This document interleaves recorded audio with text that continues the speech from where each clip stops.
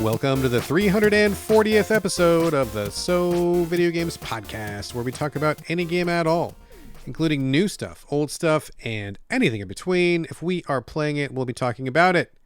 Today we are recording on June 12th, 2023. My name is Brad Galloway. I'm the editor of GameCritics.com, and I'm also 50% of this here show. With me is the man who's doing it after hours, Carlos Rodella. Oh, late night podcast. Yeah, man, we don't usually record this late. It's an evening podcast, and it's also the podcast of pain. That's true. We are both old and creaky, both feeling it, and you're about to drop some pillow knowledge on me. Oh, yeah. So here's the deal. I have a back issue right now. It's a pulled muscle. Pretty awesome. And you were saying that you had a neck issue. Oh, my neck is killing right now, dude. Yeah. And as you get older, you just like hurt yourself while you're sleeping or while you're walking. Your body just quits on you, man. It's like it totally betrays you. It doesn't want to do it anymore. And I get it. Okay? I get it, buddy. I don't.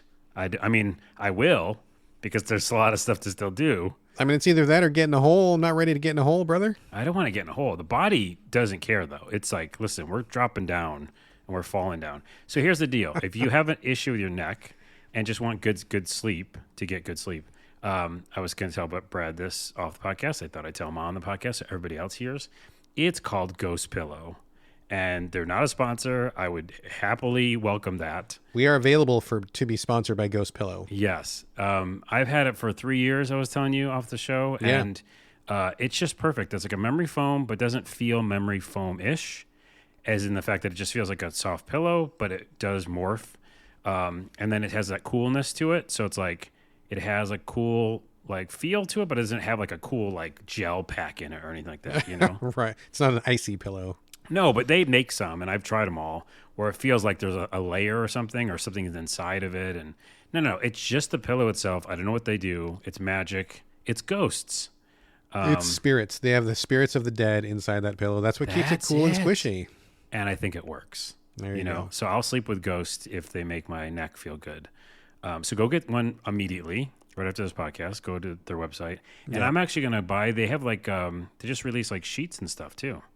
Ghost sheets. Yeah, I just feel like they would be really comfortable as well. All right, well, check it out. I've never heard of it before, but I will check it out. And I'm sure that all of our listeners who have aches and pains and soreness will also check it out. And Ghost Pillow, if you're listening, we are absolutely available to be sponsored. We are ready and waiting. Well, I might just like reply them at this point. Come in. I mean, you might as well, dude. Hey, we did a free promo. How about you get a few bucks? Or I'd even take a free pillow at this point. Yeah, dude. I don't want bucks. I just want more pillows. They're damn good pillows. Crate of pillows, yeah. Or like we should get a code. Like if you're listening, give us a code and we'll give it out for discounts or whatever, that kind of stuff. Ghosty pillow discount, sure. I believe in the product. All right, there we go. All right, folks, now that we are all on the same page about good sleep and about aging gracefully, let's kick things off with some housekeeping. Folks, Carlos and I share a virtual living space divided down the middle with a strip of duct tape. His side, my side, everything's a mess, but we're going to tidy up right here, right now. That's right, it's housekeeping. Carlos, what you got on your side of the room this week, my friend? I think the house right now looks like the Storage Wars or like Pawn Stars. Or one of those, man, like one of those hoarders shows? Yeah, it just seems like there's a lot of stuff in here. We can't really even move. Most of it's because we just had a faux E3. I know, right? It was pretty intense. Is it still going on? Like Capcom is tonight or something, right? Oh, there is one tonight. Yeah, Ubisoft was this morning, which I will talk about briefly. Yeah. But yes, it's been back-to-back showcases, back-to-back game releases. I think someone said recently that it's like 325 games were announced or something. Oh, dude, yes. Before you launch into this, let me just give a quick disclaimer to the audience here. I've had a really busy week with like real life stuff, and I know that all this like faux E3 was happening, but like I just haven't really had time. So I know that probably a lot of people are wondering, oh, what did Brad pick? What did Carlos pick? What's your take on XYZ?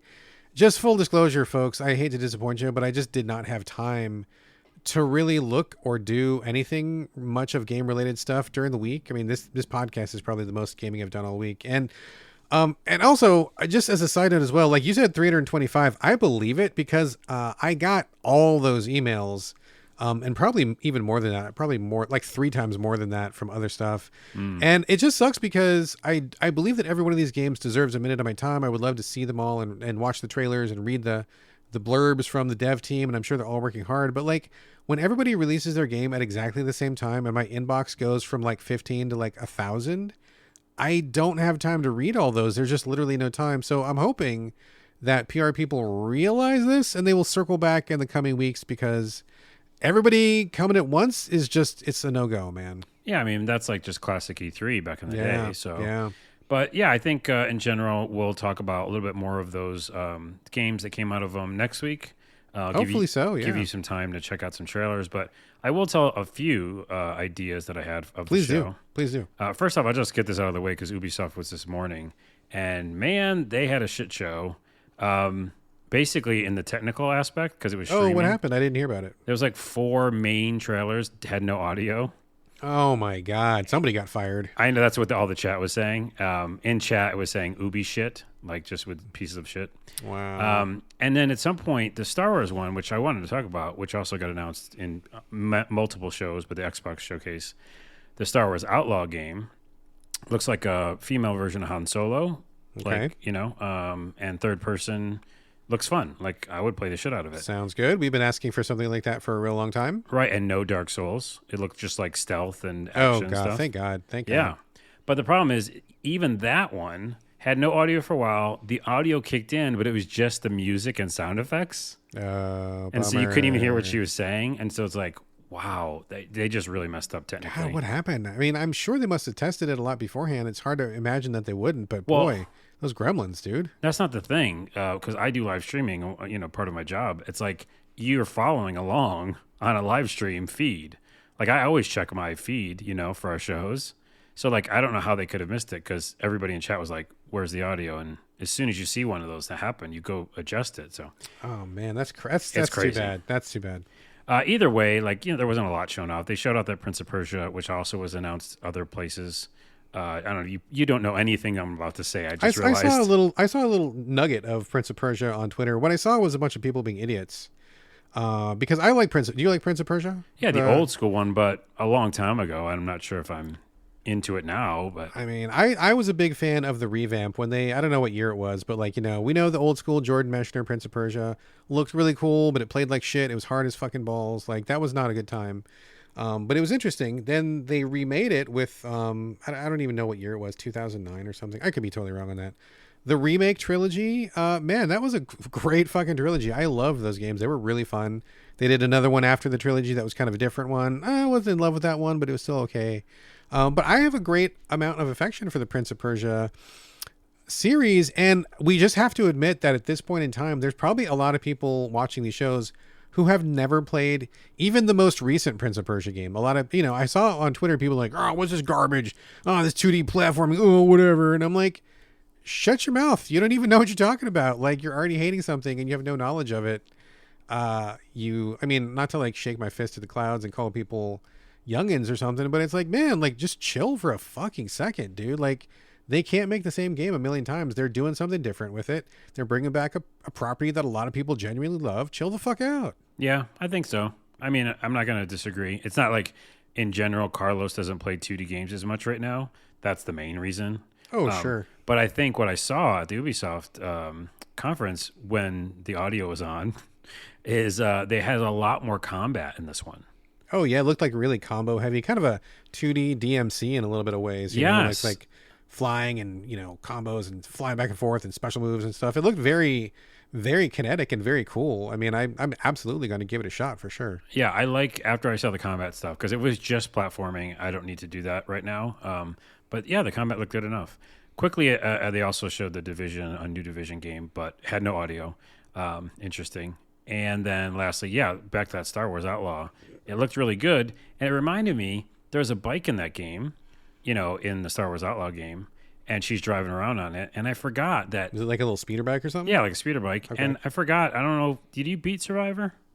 Jedi. No, I haven't started yet. I finished. Oh, you haven't even started it. Yeah, what was the one before that? It was Fallen Order. I finished Fallen Order in preparation for Survivor, and then I needed to take a little Star Wars breather. But I do have Survivor. I have it, but I haven't started it yet. Well, minor spoiler. Do you mind if I do a minor minor spoiler? spoiler? Go ahead. I mean, I guess if anybody minds, jump ahead 2 minutes. But oh my, 1 minute. 1 minute. I'm okay. Go ahead. At the very end of Survivor, you get to be on a bike. Oh, that's fun. And it really makes sense in the story, but like they don't give it to you the whole game. It's just that's for that moment, Right. But so it felt like that, watching Star Wars Outlaws. So anywho, That's cool. All right. that's Right longer on. than I thought I'd spend on them. But a lot of people, I mean, they ate shit. Like they ate shit. That's disappointing to hear. Summer Game Fest, obviously a million games. I won't go through all of them, only a couple things. I do want to say that, Sonic, old school Sonic game. That's kind of fun. Oh, Alan Wake 2, I'm always been excited for. So they finally got to show that, a lot of it. Okay. And, we're both on board, right? Like, come on. Oh yeah, I'll definitely play it. I mean, I was not the biggest Alan Wake fan, but I finished it. I finished all the DLC. I mean, I liked it. I didn't go gaga, but I liked it. Yeah. And, I should have just done a summary before Alan Wake, is that in general, Summer Game Fest, so in general, Ubisoft shit show. In general, Summer Game Fest, like pretty good. Like really? fun. Okay. Yeah, like okay. lots of fun stuff. But I feel like that's kind of the overarching like feel I got from everything this whole year. And actually, with another asterisk, a buddy of mine, Danny O'Dwyer on Twitter, which from NoClip, he tweeted out something like E3, or I want the old E3 back or something. And I go, new E3 feels like my apartment. What? What do you mean? Because the new E3 is just me in my apartment.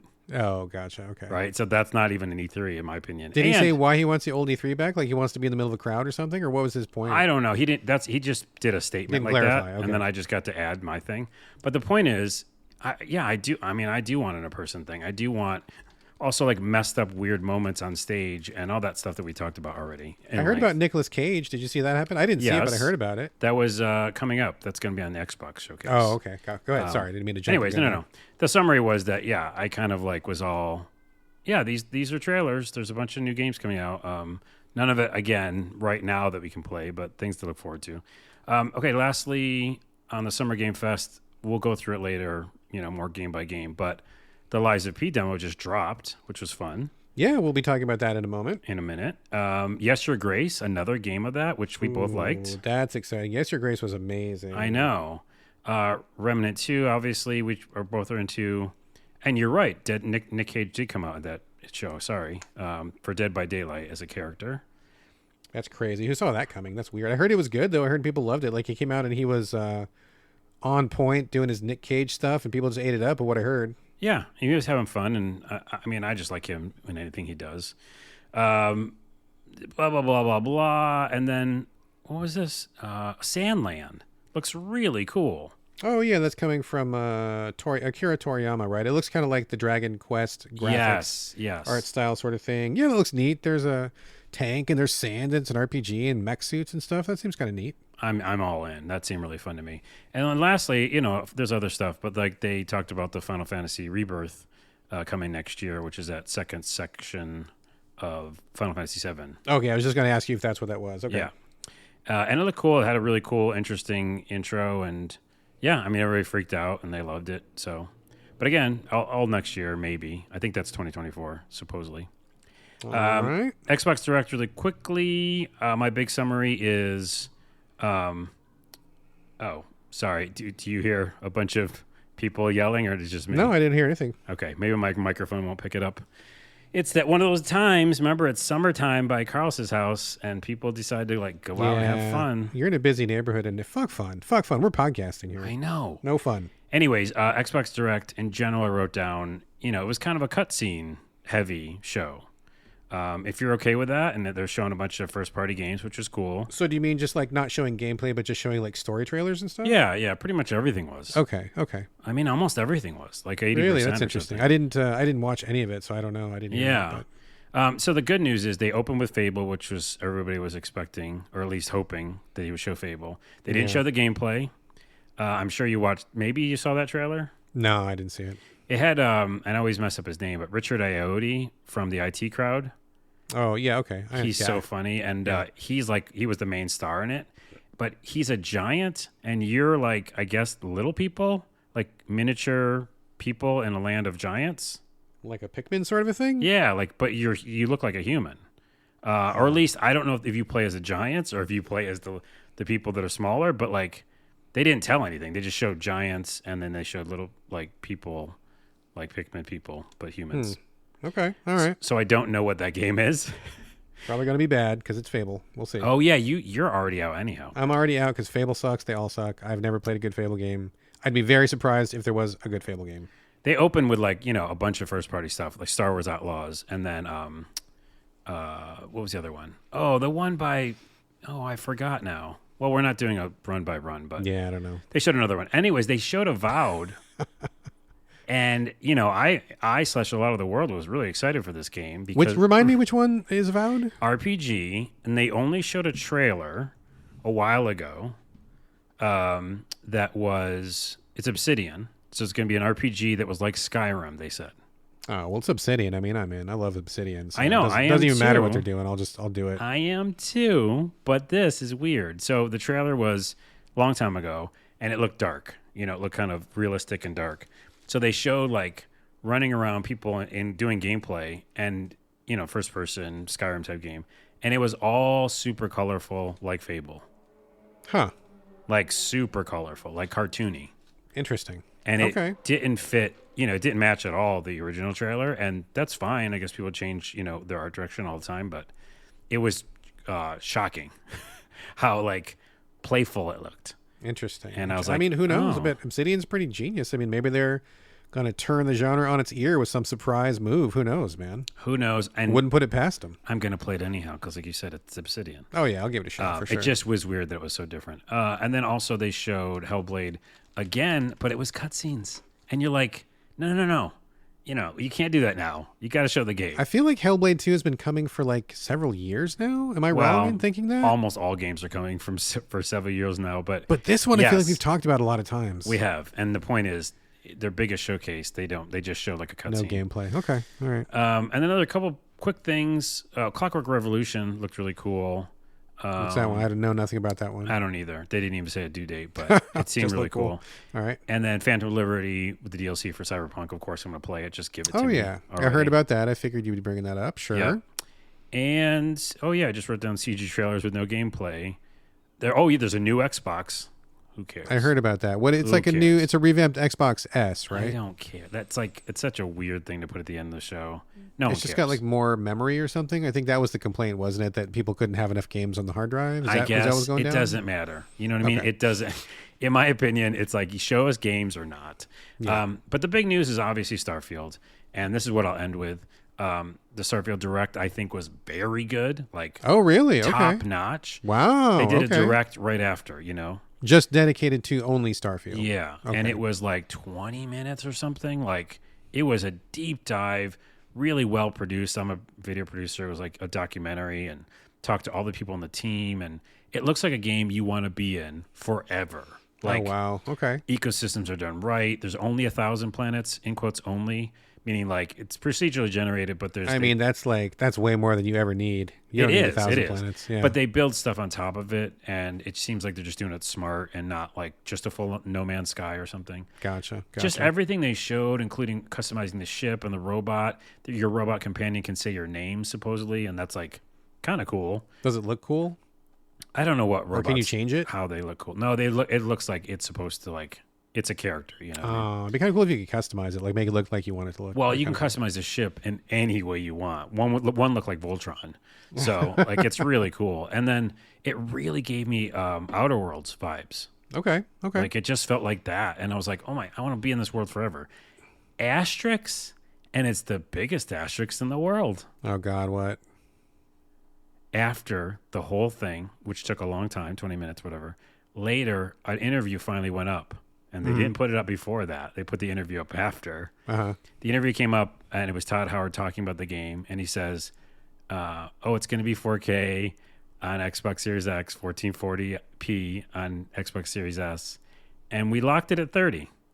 Yeah. Yeah. Oh, you already know this. I heard that. I heard people freaking out about it, is what I heard. Well, it's weird. I mean, this is my 2 cents, Carlos's opinion. Sure. And it's obviously echoed across the internet. But I already know what you're going to say. Go ahead.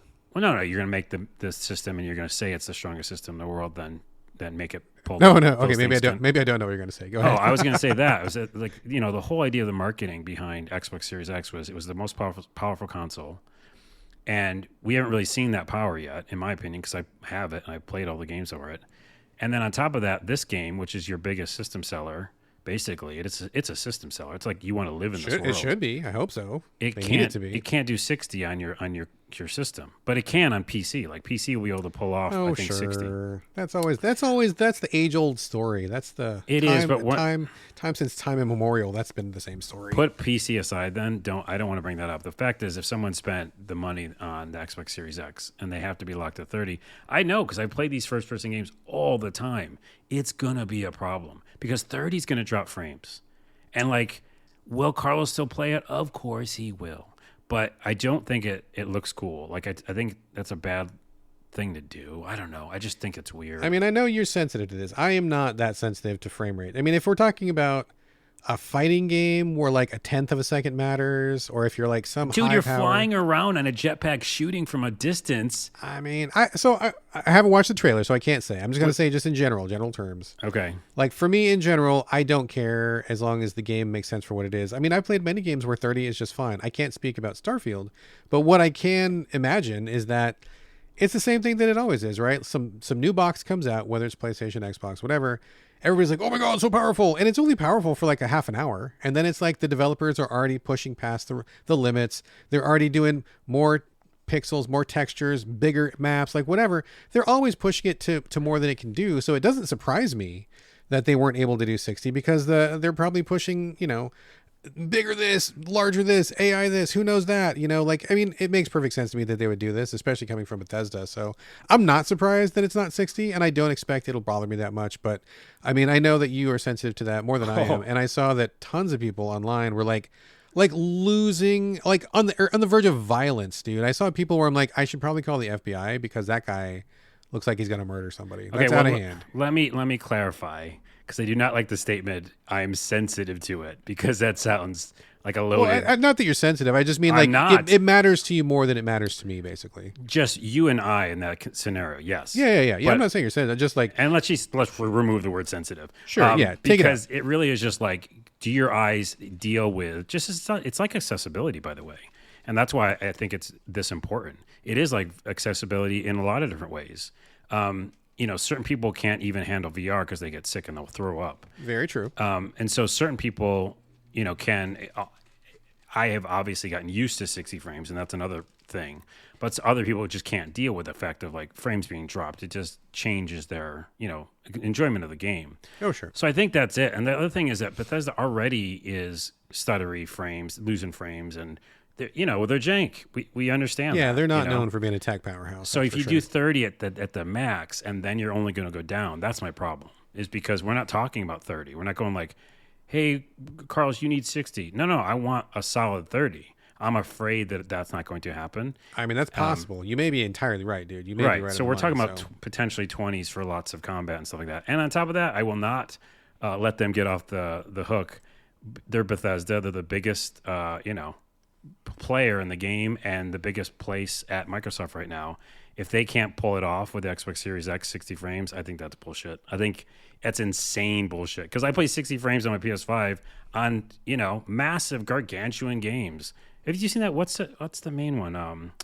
With the Ratchet and Clank. That thing is insane what it's pulling off. Sure. But let's be fair. Not every game can run 60 on PS5. It's not like PS5 is always rock solid 60 for every game. It's got the performance mode, it's got the quality mode just like the Xbox does. So it's not like one is clearly better. I think a lot of it just comes down to programming. And if you want to talk about Ratchet and Clank, I mean, I haven't played that one, but I mean, Insomniac, dude, those guys are wizards, man. They're like second party. But Bethesda aren't wizards then, you're saying? I do not think they're wizards at all. I think they've got janky shit on no matter what system they are. They are the kings of jank, man. Like buggy quests, all those weird physics when Skyrim came out. I mean, they've never had anything polished ever. So I think that's more of a Bethesda thing, but TBD, right? I mean, I don't know. It's hard to say. All right. We'll not speculate anymore. But it was a little bit of a downer for me because I know that it's going to be 20 to something, That's it. We'll talk about other games next week, but that's just some standout stuff. And yeah, in general, I don't want to say meh because I like new games and I like new trailers and I'm always optimistic about new stuff. I like it. Yeah. I just think that Xbox could have shown more gameplay because I don't know. It just That's weird to just show cutscenes. That sucks. Yeah. Almost all of them were. And it just seemed weird because there's so many good games they had to show. I can't think that there was another level or two they could have showed in them. and then Ubisoft ate shit, and then Summer Game Fest was okay. There you go. Games. All right, right on. I didn't, like I said, I haven't really watched any trailers. I did see mention though on Twitter of Frostpunk 2, which has got me very excited. I forgot to tell you about that. Yeah, loved Frostpunk #1. I thought that was a game that did not seem like it was for me at all. And when I played it, I'm like, damn, this is 100% my jam. I loved Frostpunk. And in fact, it's one of my life goals to go back and finish the DLC because the DLC was hard as shit. I never finished it, even though I did finish the main game. So I'm excited about Frostpunk 2. I don't know what else there is to get excited about. Although I did see a game called Pal World, which looks like they're about to get their asses destroyed by Nintendo's lawyers. Yeah, they'll never come out. There's no way they can come out because it literally looked exactly like Pokemon, except for every Pokemon had missile launchers and guns and knives and shit. And I was like, this looks great. This is never going to come out because I actually thought this was Pokemon. Yeah, I mean, I saw that trailer before somewhere. Oh, have you? Okay, I've never seen it before. Because I was like, oh, they're shooting Pokemon? What's going on? So yeah, I don't know. They're going to be in trouble.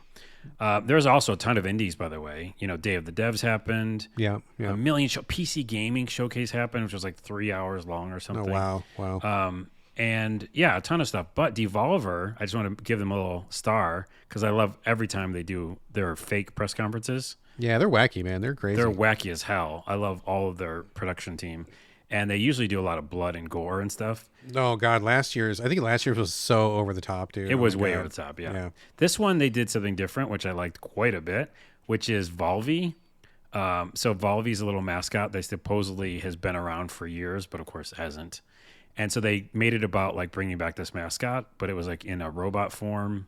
Oh, so they're doing like a little fake lore callback lore thing. Gotcha. And they spent a lot of time on it. I mean, it looks like a mini documentary. It was so cool. And I'm going to buy a Volvi t-shirt because it was so fun. Huh, right. Anywho, Devolver, indie games, E3, not really. Yeah. Okay. Moving on. All right. Anything else? No, I mean, there's a million things else, but let's talk about the games we played, I guess. Well, I got some housekeeping stuff. Oh, other housekeeping things. Yeah, other housekeeping stuff. Yeah. You got other boxes or no? No, that's I've just been barricaded by these things. So. All right. I'll just for a minute. Just want to give my weekly Sekiro update. I'm still playing that game. I'm still slowly working my way towards the finish line on that one. Crazy person. Yeah, I am a crazy person. I hate myself. This is torture. But I'm really putting the time in, dude. And it's funny because now that I am coming back to it for the second time, and just as a heads up for people who did not catch last episode or whatever, I have played Sekiro before. I played it when it dropped. I got all the way to the final boss and then quit because that guy's a stupid motherfucker. Really cheap, and I got super frustrated. Also, the load times on PS4 did not help. Anyway, coming back to it because I feel like it's a grudge match. It's a revenge play, and I need to finish that game and roll credits. I'm getting pretty close, dude. I feel like I'm well past the 2/3 of the way through mark. There's not very much left. I think maybe a couple little levels and then maybe a couple bosses, and then there I am back at endgame. So I'm definitely making progress.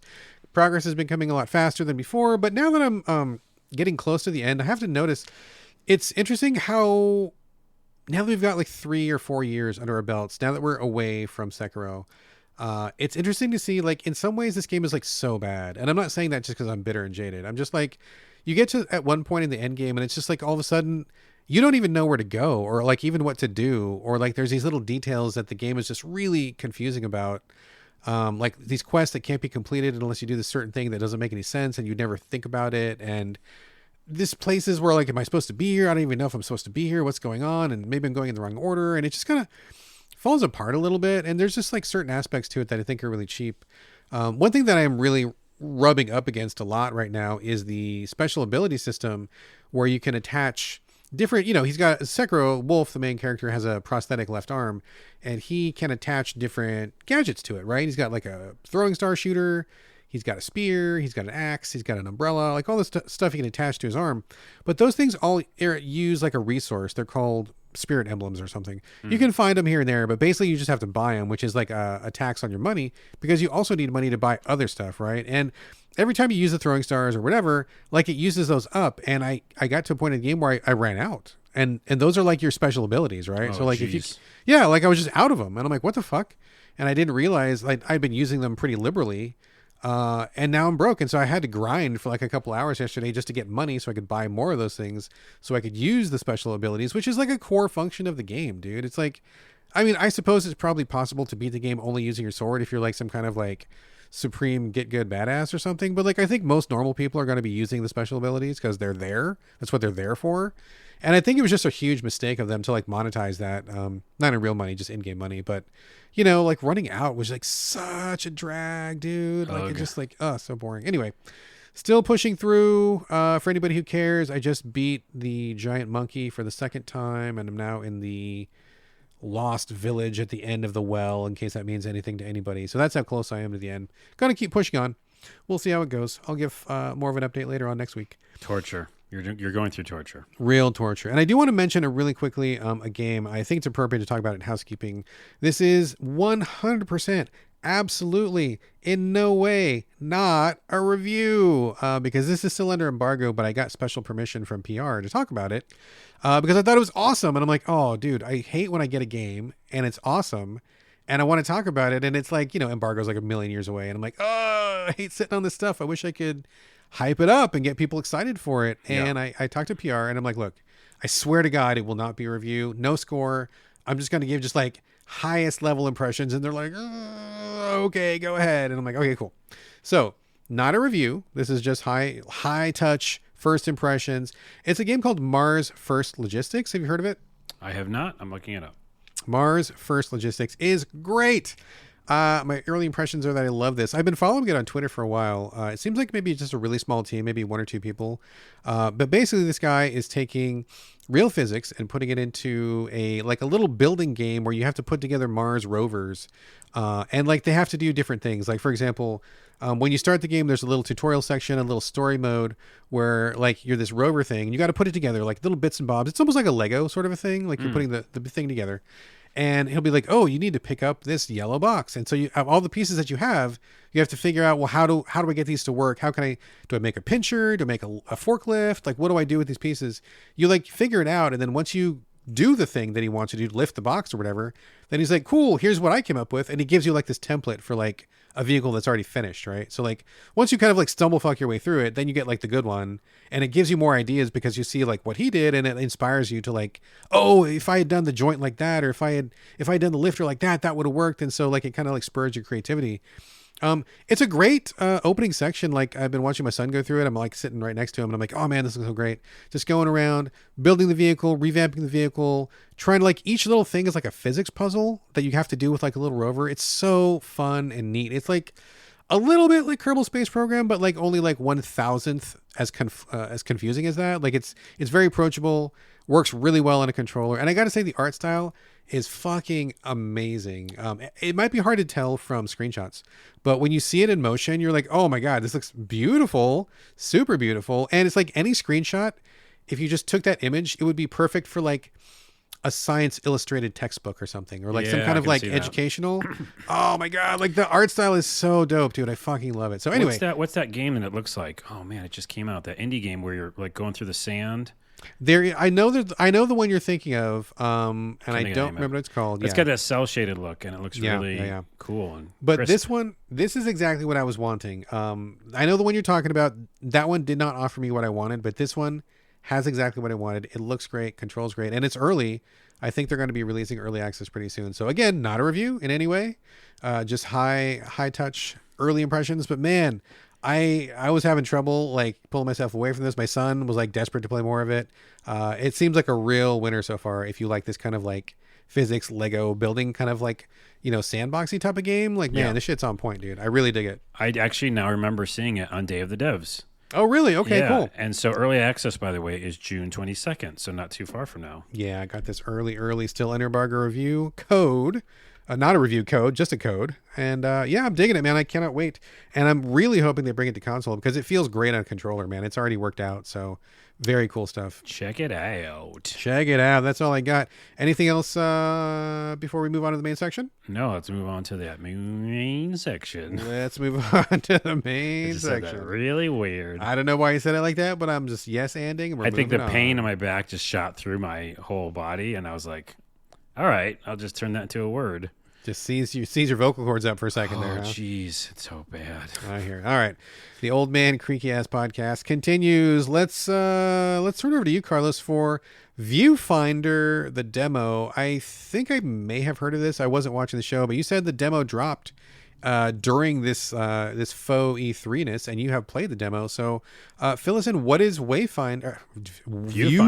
Sorry, Yeah. my bad. Viewfinder. And also, what's it all about? Yeah, I'll tell you.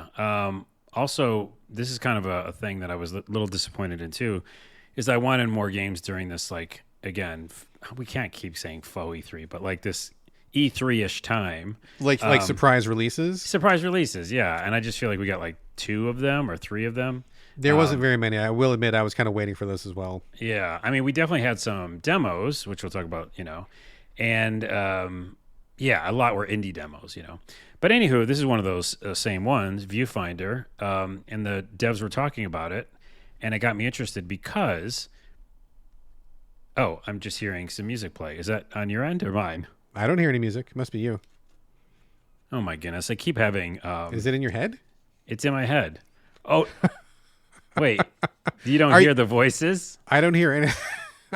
No. I know what it was. Are you recording in the middle of a crowd over there, Carlos? You got you, yourself, and I all recording at the same time? Yes. It's Hellblade's Senua, too. Oh my God. Are you hearing the whispering? Here. Are they guiding you towards the next waypoint? Hey, you know what? I already gave you more gameplay than the actual cutscenes did. Oh, that is a burn. Shots fired. That is a burn. Okay. And my gameplay was me just talking. So no, I was actually on the Steam page for Real talk, Viewfinder. though, if you're hallucinating, we can stop and we can get you some help, dude. Like, let's not continue if you're in distress. I'm in pain, and it's very warm in my apartment, but I'm not hearing things. Okay. What happened is I was in the Steam page for Viewfinder, and the trailer was playing. Oh, I hate when that happens, yeah. And it was definitely music in my ears. Okay, so what it was, I heard the devs talk about it, and it seemed interesting because they brought up The Witness, which I know you're allergic to. Gross. There's moments in what he did in that game that I thought were really cool, and like these aha moments that made me blown away. I'm sorry, I stick Any to game that ends with you drinking your own pee is not okay. What? That happens at the end of that game? Did you not see the ending to The Witness? I don't think I watched the end of The Witness. Oh, okay. Do yourself a quote unquote favor and go watch that ending when you're off the podcast. Here. Okay, maybe I won't. But the point is, there's a couple moments in there where they're like these aha moments with puzzles, and I do like that. Like it's the same kind of aha moment that happened at the end of Braid. Oh, sure, that's a good feeling. Which I did like that feeling. So this is a game where you have find pictures in this kind of 3D world, first-person 3D world, very simple graphics, very Witness-like. Like the graphics look like The Witness, really, in a way, where like colorful trees and colorful palette, but then there's some black and white sections, and it's just kind of a simplified graphics, almost Firewatch. Think Firewatch or something. Mm-hmm. But there are all these like floating islands, and in the islands you have like little apartments, like sections of like houses and apartments. And in there's like chairs and things like that. And then there's photographs. So when you find a photograph, you pick it up, first person, you put it anywhere. This is pretty cool technology. Put it anywhere on the map, in front of you. And as soon as you put it down, it lets you walk into it. 3D, Oh, so it's like a little portal or a gateway. It's a portal, yeah. Place. So think of Portal with Witness kind of in a way. Okay. And then when you go in, you have to have placed it right because you can like rotate it and all that kind of stuff. If you place it right, it might help you platform or get somewhere you need to get to. But the other thing is you just go in there and retrieve things. Like is this like first person, third person? Yeah, what are you talking about? Yeah, I said first person like 3 times. Okay, sorry. I must have like glazed over that. Okay. It's your neck pain. My neck hurts. Yeah, it hurts real bad. Okay. We just used all of our pains, excuses for the rest of the show if we mess something up. Yes. Here's my back. Confirmed, yes. Okay, so it's first person. This is a first person game, just so you know, Brad. But your neck does not hurt in the game. Okay. And so as you put the picture down, you walk through it. But then what's really interesting is, you can find items in there and then go back to the other part of the world. You come back out of the photo. You can rewind. So if you mess up, because you will mess up, because they let you put the picture anywhere, right? So it lets you take the picture back from where you put it? Yeah, you hit the rewind button, like straight up like VHS, rewind. Okay. And then at some point you actually get like, it's like a Kodak, what is it called? Remember those ones where you shoot the picture and that comes out? Polaroid, yeah. Yeah. So you have one of those things you can aim and actually like, pick the picture you want. Because before you were just finding pictures and going through them. So then you can actually pick like, okay, I want to pick this side of the wall and then turn it so I can jump on it. See what I'm saying? Gotcha. So there's a lot of fun things with that. But the best part, which again, this demo is pretty short, so I don't know what they're going to do with this. My feeling is they're not going to do a lot with it. But I might be wrong. Hold on, I might be wrong. Wait, I didn't even say the thing I'm nervous about. You're laughing already. I'm laughing because it just sounds like you're getting ready to slam it pretty hard. I'm tentatively worried that they're not going to use this feature enough, which is at some point in the demo, the pictures that you're finding are not just like regular like these witness graphics, but they're like cartoons. Mm-hmm. And then one was like hand drawn, like a little kid drew it. And you're going into those pictures, and that's cool as shit, like 3D. In like, you know what I mean? Like a hand-drawn picture. Yeah. And the third picture that I found that was amazing was Doom. It was like a little mini Doom, like pixelated So graphics. different art styles, like different types. Okay. So if they keep doing that, I just feel like they might do it like for fun here and there. Because I don't know if that, I don't know if that's part of their story. But man, that was the most fun part for me. Because just jumping into like a pixelated Doom world and then coming back out to a cartoon world felt really good. So I like what I see here. I'm just afraid that they're not going to do it enough, Yeah. And it's going to rely on like turn, regular picture, and platform, and that's just the whole game. So I hope I'm wrong. That's just a demo, but I am very excited. Well, we'll see. There's been a couple games similar to this. I haven't seen the trailer, but just based on what you're describing, I've played a couple of these lately. It seems like, again, there must have been a game jam where like everybody went and everybody's got the same idea at the same time. But I think I played 2 or 3 that used pictures going into the picture and also rewinding time. And like they've all been really slow and really just like walking sim-ish very much. So hopefully maybe this is the one that breaks the cycle. We'll see. I think the key, again, component is what I just said. If they lean into those different styles of pictures. Yeah. Because if it's just that, and it was just the witness graphics, no offense to the devs, but that style, then I might be like where you're at. Like, I have walked through these types of games before. But when that happened, and also when I had my own camera, it felt different, Okay. So anyways, the demo's up. Why not try it? And I had a good time with it. Right on. That is Viewfinder. The demo is still available, I assume? Yep. And I think everywhere, but I did play it on my PlayStation. So excellent. All right, let me talk for a minute about a game that I am extremely excited about. In fact, I can already guarantee this is going to be one of my top 10 of the year. It's a lock. What? It's already in. Playing the demo for Shadow Gambit, The Cursed Crew. I got a code a while ago, but they also dropped a demo at the same time during this Game Fest era right now. So you can go and play. I don't know if it's the same content, to be honest with you. I think I may actually have a larger chunk of the game than they put out on Steam. Who knows? I could be wrong. I'm not sure. But basically, this is a game I've been really excited about. It's coming from Me Studios. They're the people who did Shadow Tactics, which I loved, and also Desperados 3, which I also loved. I love their games. And as far as I know, they're really the only studio who are kind of doing their style of games right now. I've seen other similar, but no one to the complexity and no one as polished as what they're doing. They are the people who do isometric tactics, but team tactics, and they also play a lot with timing, and they also play a lot with switching back and forth between real time and turn taking in terms of like planning out your turns ahead of time and then kind of executing at the same time. So basically this is, so I do not mean this in a bad way at all. So everybody just hold your breath for a second. This is not an insult. This is a good thing. This just feels like exactly what they've been doing for the last 2 games, but better. So that's awesome to me because I love their last 2 games and nobody else really does games like they do. I'm ready for another one of these. It's like they do this thing. This is their jam. They do it so well, and I want more. So that's not a slam at all. I'm not. This is such a Brad ass game. I was just gonna say it is, dude. It is. Yes, absolutely. Because remember, you tried to get me into the other 2 games, and I didn't. I finally I noped out of both of them. Yeah. They're just like a you. And if other people like you like these games, then it seems like another one with a different skin on it. Really. Yeah, I mean. Yes, but also I don't mean to. I don't want to disrespect the developer because I already see where they've improved it, right? Like I already see the fixes. I can already see where they've bumped up a few things, but the core, you're correct. It's like the same type of take a team of people Every person has a variety of powers. You go through the campaign, and then the thing of it is, like, every map you can kind of approach however you want to. There's many different avenues. So you can usually take a stealthy approach. You can sometimes take a guns blazing, though that doesn't always work. Probably doesn't often work.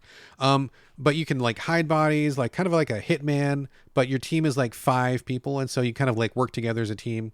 And like I said, their real hook is kind of like this system where you pause the game, you plan moves. Like each person on your team will do something different. Like the guy on the left will kill that guard. The woman in the middle will distract the guy. The guy on the right will pick up a box, and the guy in the back will shoot a gun. And you plan those things out when the game is paused, and then you unpause the game. All those things happen at the same time. Right. Because if they were happening one by one, like enemies would be alerted, your plan would go sideways, it wouldn't work. So the fact that you can coordinate and do all those things at the same time is really what like kind of puts their game in its own little class. They're masters at it. They do great at it. And playing the Cursed Crew here, I love it. Like shit they're serving. Yes, ma'am. Give it to me. Give it all to me. Give me more. And then when I'm done with that, give me some more after that. I love the theme this time. It's Pirates of the Caribbean-ish. I was just going to say, it's pirates now. Yeah, it is. You're all cursed pirates. And it's interesting in the opening moments, they address it, right? They're like, oh yeah, we're in this pirate area. There's living people, and the living people are aware of the cursed pirates. They call them the cursed. And it's like, they exist. It's not just like a weird ghosty thing. It's like they're kind of in the same pirate ecosystem. They're looked down upon by these other religious people who think they're abominations. And so there's already like tension going on. You go through this initial mission with your main character. She's this really cool pirate lady. She's got a cutlass sticking in the middle of her chest. She can pull it out and like attack people with it. She's got a little dagger. Pretty cool moves.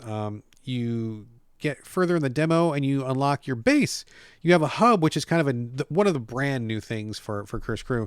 You have a hub where it's just your ship, your crewmates. You can go back and chill, and you can decide which part of the island you want to go to, or maybe another island altogether. So being able to plan your route and leave a land, and maybe like, for example, if you approach an island from the north, tons of guards, really heavily guarded, it's going to be a tough fight. But you come around to the south, it's like very less guarded, and you can like sneak in very much more easily. And so you can kind of plan. It adds like another layer of tactics to it, which is great. I didn't finish the entire demo. It was a little bit longer than I was thinking. I kind of got surprised, but I unlocked my next crewman, who was a chef, a one-armed chef, and he had all sorts of like little distraction maneuvers, which were pretty cool. But I like it so far. It seems super polished. Graphics are great. I can already see lots of different ways that they have improved on things that have been kind of rough patches in the back. And they even lean into the concept of like try and die, right? So this kind of game, you're going to die like a ton because you're going to try certain things. You're going to try, if I run, will I make it? If I walk, will I make it? If this guy distracts this guy, can I make it over here? Like there's all these ideas and they want you to iterate on it. Like there's no way you're going to just get through this your first time. You got to like try and try and try and try and try. And in the past, it was just like, you know, hit select for save. Like that's all it was, right? But they've incorporated it into the narrative this time. And so your hub, which is a pirate ship, a ghost pirate ship, is alive. And they're like, we know you're going to save. We want you to save. We're encouraging you to save all the time. So it's a power of the ship. Like it's the same thing. You're basically just quick saving, but there's like a little animation that goes with it. The ship talks to you when you save. She'll even remind you. She'll be like, oh, this is pretty tough. You should probably let me quote unquote capture the memories, how she says it. So she'll like capture memories for you. And so they've worked it into the narrative, which is amazing. Dude, it's ghost powers. Yeah, exactly. And it reminds me of Ghost Pillow. You should check out Ghost Pillow. Oh, snap. I see what you did local there. Internet. That was very smooth. They're great pillows. Check them out. Check them out. Wow. Okay, sorry, that happened. Plug number 2 won't be the last. Trying to get a sponsorship here. Anyway, I mean, there's nothing else to say. This game is already great. Yep. I love what they've done. I love the ideas. I love the theme. I love the improvements. I had a ton of fun playing the demo. All it did was make me mad that the whole game wasn't out because I want to play it right now. So I guarantee, I mean, unless something weird happens, like someone kills your dog in the middle of this game, this is going to be guaranteed on my top 10 of the year. It's that good, and I'm such a fan of their work. It's best. It's the best stuff out there. It's your jam. And it's anybody who liked, what's it called? Shadow Tactics or Desperados. Yeah. Just buy it. Just buy it. Just buy it. Don't worry about it. Don't think. Just get it. Just do it. Just get it. There we go. All right, that was Shadow Gambit, the Cursed Crew. I'm in love. Over to you, Carlos. Let's talk about... I like how throwaway that was. And I'm in love. But anyways... People know I love this game. I got to stop talking about it.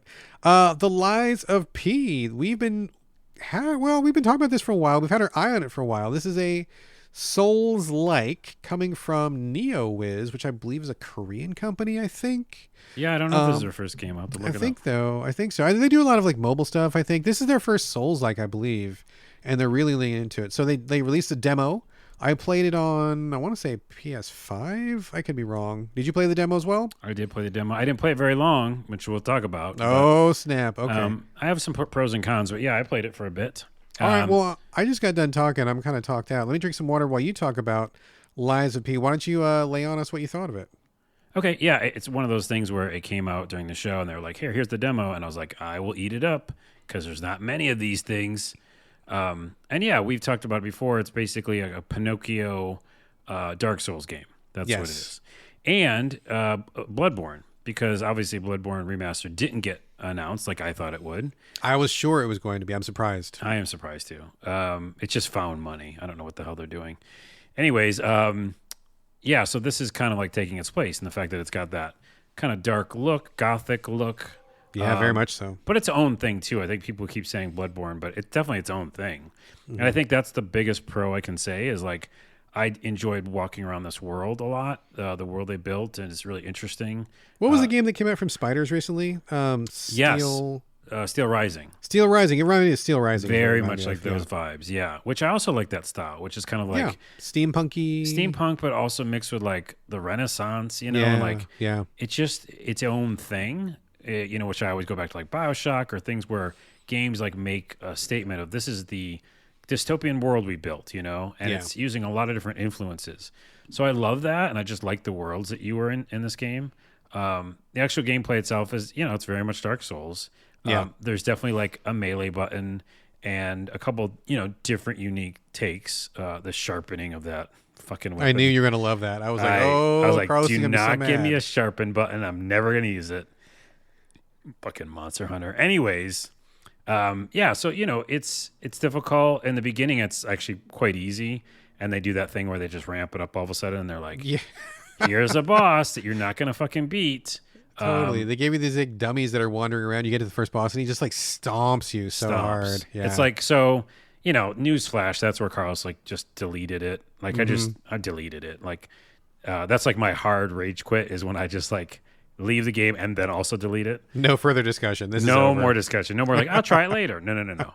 I know what this game is. I think for people who like Dark Souls and like Bloodborne, you're going to like it. Like, I think it's that. But I have a feeling they're going to pull a Wolong, which we've talked about on the show at length, which is first boss or even first few bosses get good, whatever, bullshit. Way too hard. And it just doesn't make sense because, again, Carlos, for one, I mean, not buying this. It's on Game Pass, right? Is it going to be Game Pass? Maybe. I don't know. I don't remember. Either way, not playing this game. I'm not playing this game. I'm not going to let them rope me in, being like, but don't you love this beautiful world? And don't you love these cool characters? And you like Pinocchio. Who doesn't like Pinocchio? I guess I don't, because I'm just going to eat shit like Wolong, and I have a feeling they're going to not just have to be the first boss. I feel like this company wants you to eat shit a lot. And it's a shame. This is my only quick review is that I really like the world they built, and I like the characters a lot. But I'm never going to play this game. Yeah, you know, I got to say it's an interesting approach. So number one, I will say that credit to NeoWiz. To me, it felt like its own thing. Obviously inspired, like you said, by Souls, Bloodborne, clearly, and even a little bit of maybe Steel Rising, perhaps. But it does have its own identity. It does feel like its own thing in terms of the specifics of the mechanics. And they're really like leaning into systems pretty hard, which I found a little surprising. They're making it a very technical experience. Like you said, there you have a blade.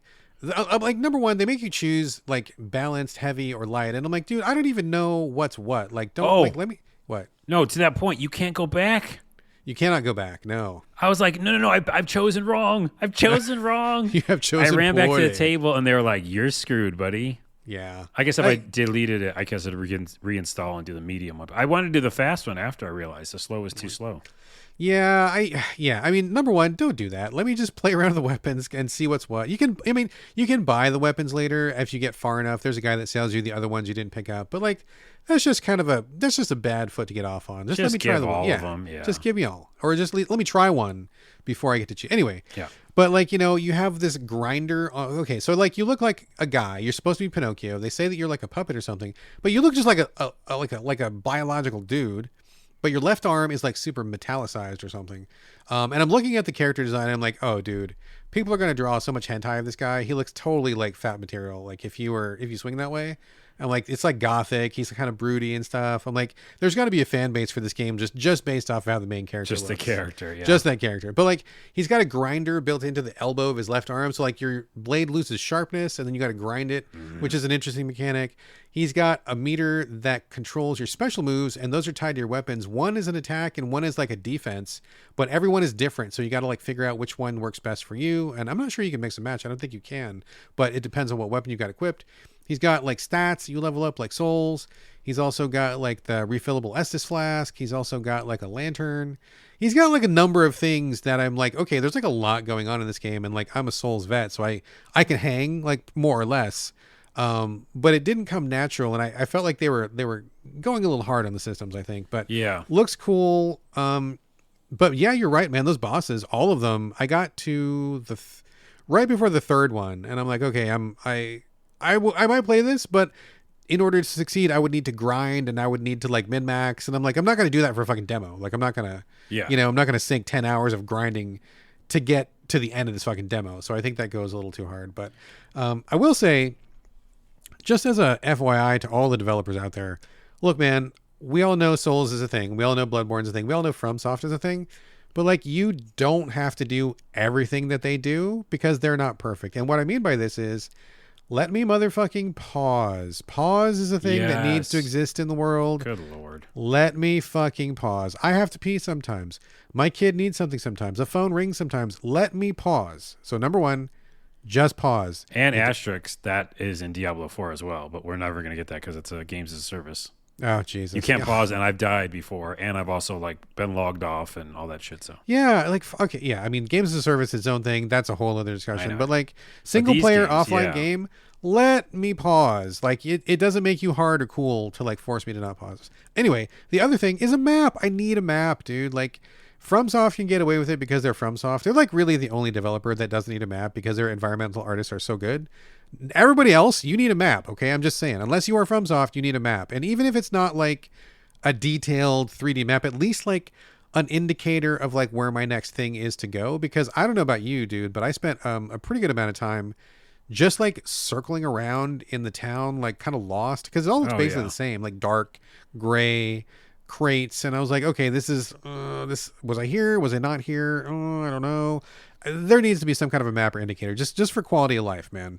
I knew that I was going to like nope out any second, so I didn't care. I was just like, oh, look at this neat piece of art or something. I was just kind of like sightseeing in my time with the demo because I knew I was just going to eat shit when I got to another boss. So, but no, I agree with you. And by the way, to that point, which we've made almost every episode of this podcast, is that make your own thing. You know? Yes, please. I will say again, the pro and the biggest pro is that they did make their own thing with the world and the feel. Yeah, and the characters, right? For sure. But they didn't when it comes to the gameplay, and that's the reason I noped out. It felt like the Wolong difficulty with the first boss. It also felt like unbalanced, and it also felt like it, like you said, added all these things from Souls games that it doesn't need to. Because if it was just its own game mechanically or gameplay wise, I might like really deep dive into this game. You know, like say it isn't like die immediately, or say you know, buying fires, all this shit, you know? Yeah.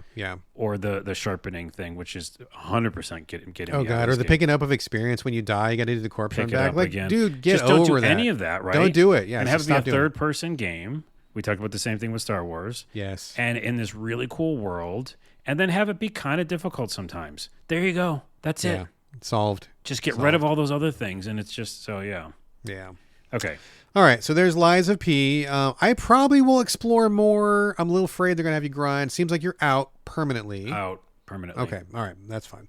Moving on, let's talk about Nocturnal. You and I both played this. This is a 2D Metroidvania-ish platformer game where you play a dude who shows up in this land after being away for a certain time, and everything is just wrecked and fucked up and people are dead and whatever. And the hook of this game is fire. So there's like black smoke all over the place and it poisons you or something and you can't see. And so your blade can catch fire, but it only lasts for like a little bit of time. So like the hook is like set your blade on fire, do some stuff, activate the next torch, and then platform and Metroidvania from there. Yep. Right? Yep. That about fair?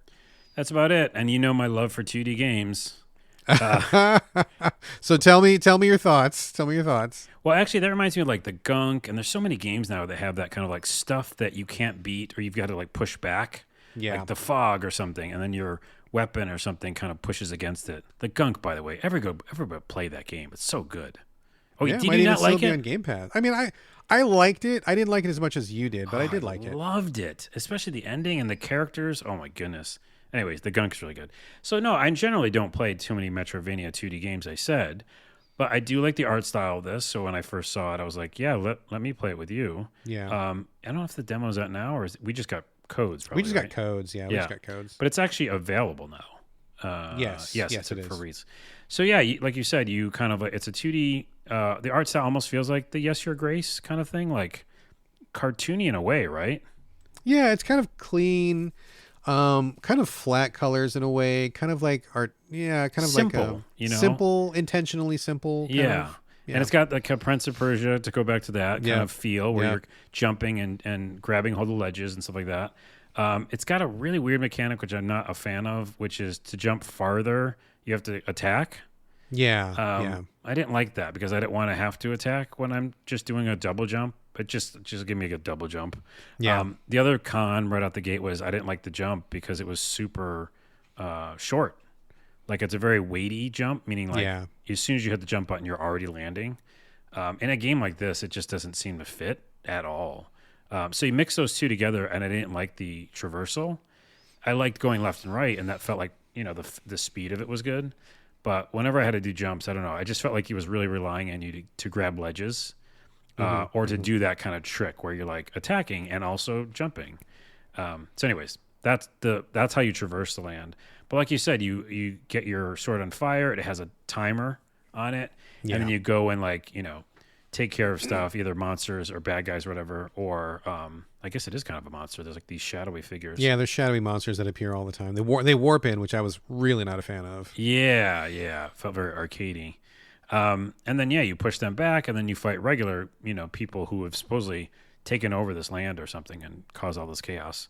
So, and then you get stuff for smashing things, like you can smash pots and get, what is that? A currency? It's for your experience points. If you want to unlock your next abilities in the small skill tree, you have to like break every box and pot you see. And I was like, oh dude, I don't want to do that. Yeah. I didn't really enjoy that part of it. And then, I didn't get too far. I don't think this is my style of game, so that's going to be me kind of, let them know that other people might enjoy this. But I really had a hard time with that traversal. Like, it just didn't feel like I could, be badass enough. And then when it came to the combat, by the way, the actual fighting, the enemies are kind of weak in the fact that there's not too many health points on them or something. But I feel like they were being kind of cheesy to me. They were, yeah. I actually did not care for the combat at all. Because you could do this roll, and normally in a game like this, almost like a Souls game, where you roll, you're kind of like safe for something for a minute. Yeah. But I just felt like I kept eating shit when I came out of my roll. That's a very technical answer to why I don't like your combat. But that's very true. Like, that's how I felt. Like, I didn't feel safe. Like, I go in, I jump over their attacks, or I'd roll, but I'd always get hit. And I'm pretty good at the game sometimes. So, I just felt like I didn't enjoy... Well, it doesn't sound like I enjoyed a lot, but the traversal and the combat. But, I like the art style, and I like some of the mechanic ideas. I got to say, I don't think I really liked almost any of this game, honestly. I did not like the art style very much. It looked a little too plain to me. It was kind of boring. Didn't have a lot of distinct personality. Like, if you showed me a screenshot from this game... I don't think that I would be able to identify like what it was, like as opposed to something like Metroid or something like Hollow Knight or Castlevania. You're like, oh yeah, I know those games. Like they have their own like visual personality. This one did not really stand out to me in any way. Being so dark definitely didn't help.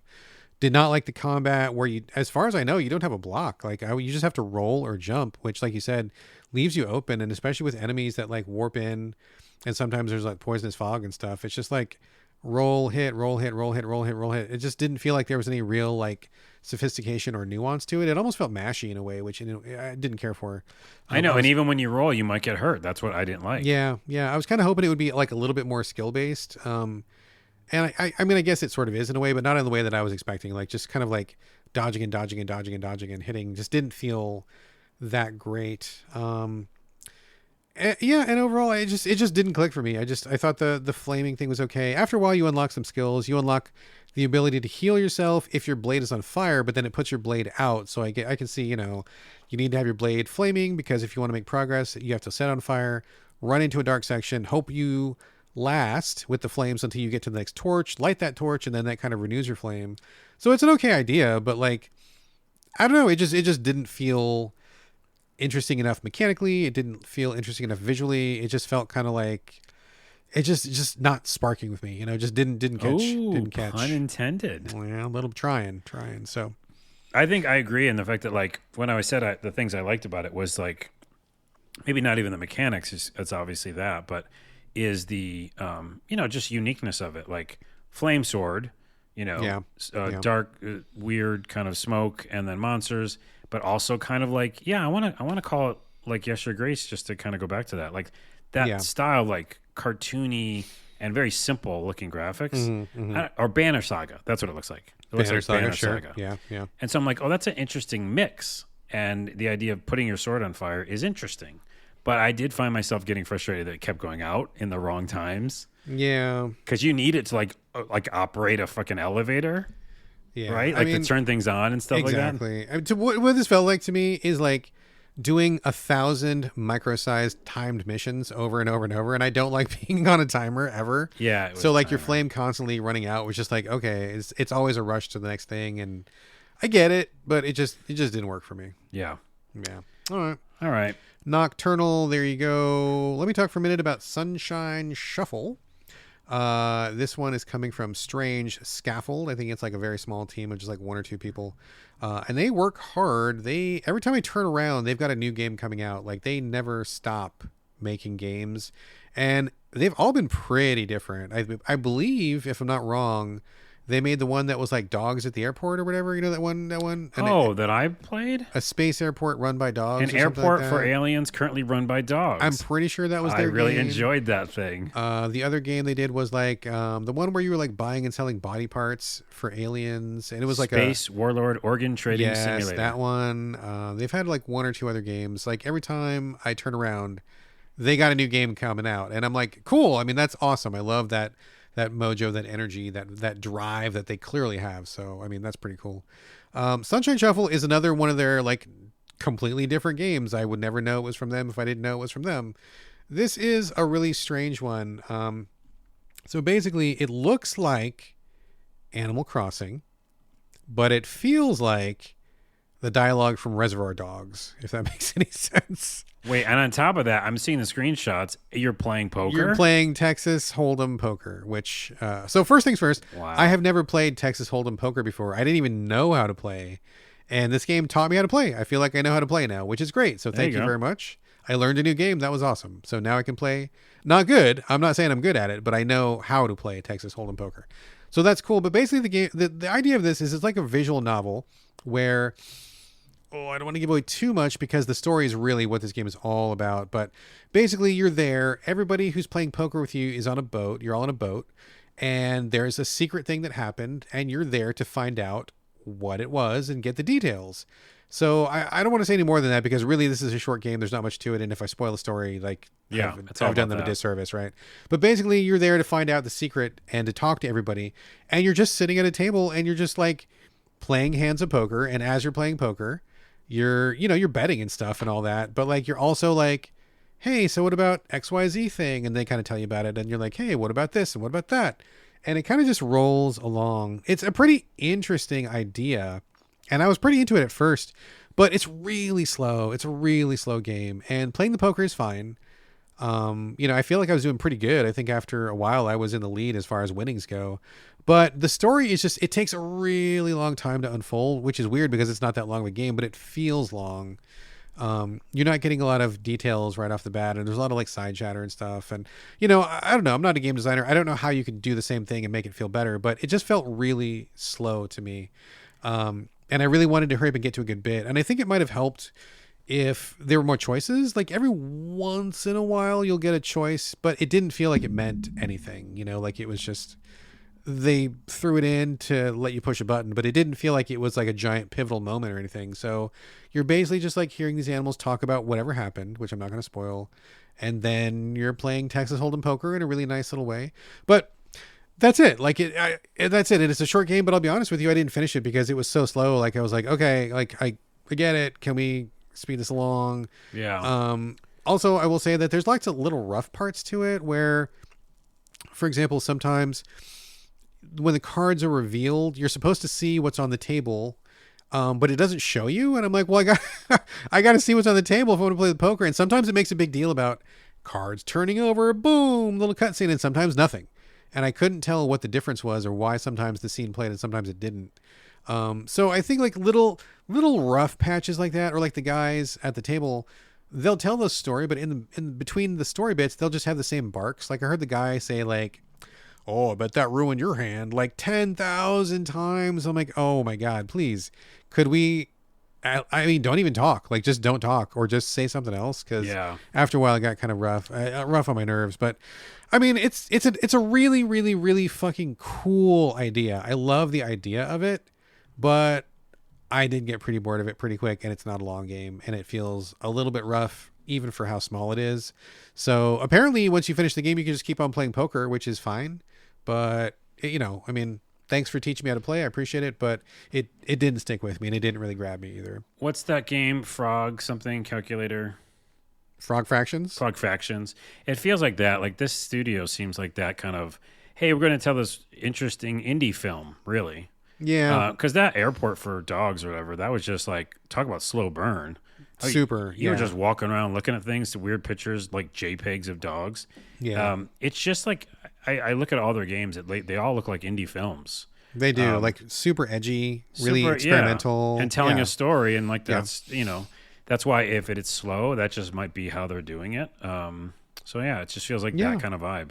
It's like, it reminds me of like, it's like if you like a Wes Anderson movie. Yes. You'll really like him. But if you don't like a Wes Anderson movie, like don't bother, right? Like and I respect it. I respect Wes Anderson. I hate all his movies. I can't stand him. What? We are again no longer friends. I am not in the Wes Anderson camp. We lose friendship like every few episodes. Every show. Yeah. So his new movie is supposedly his best one. Yeah, I'm excited.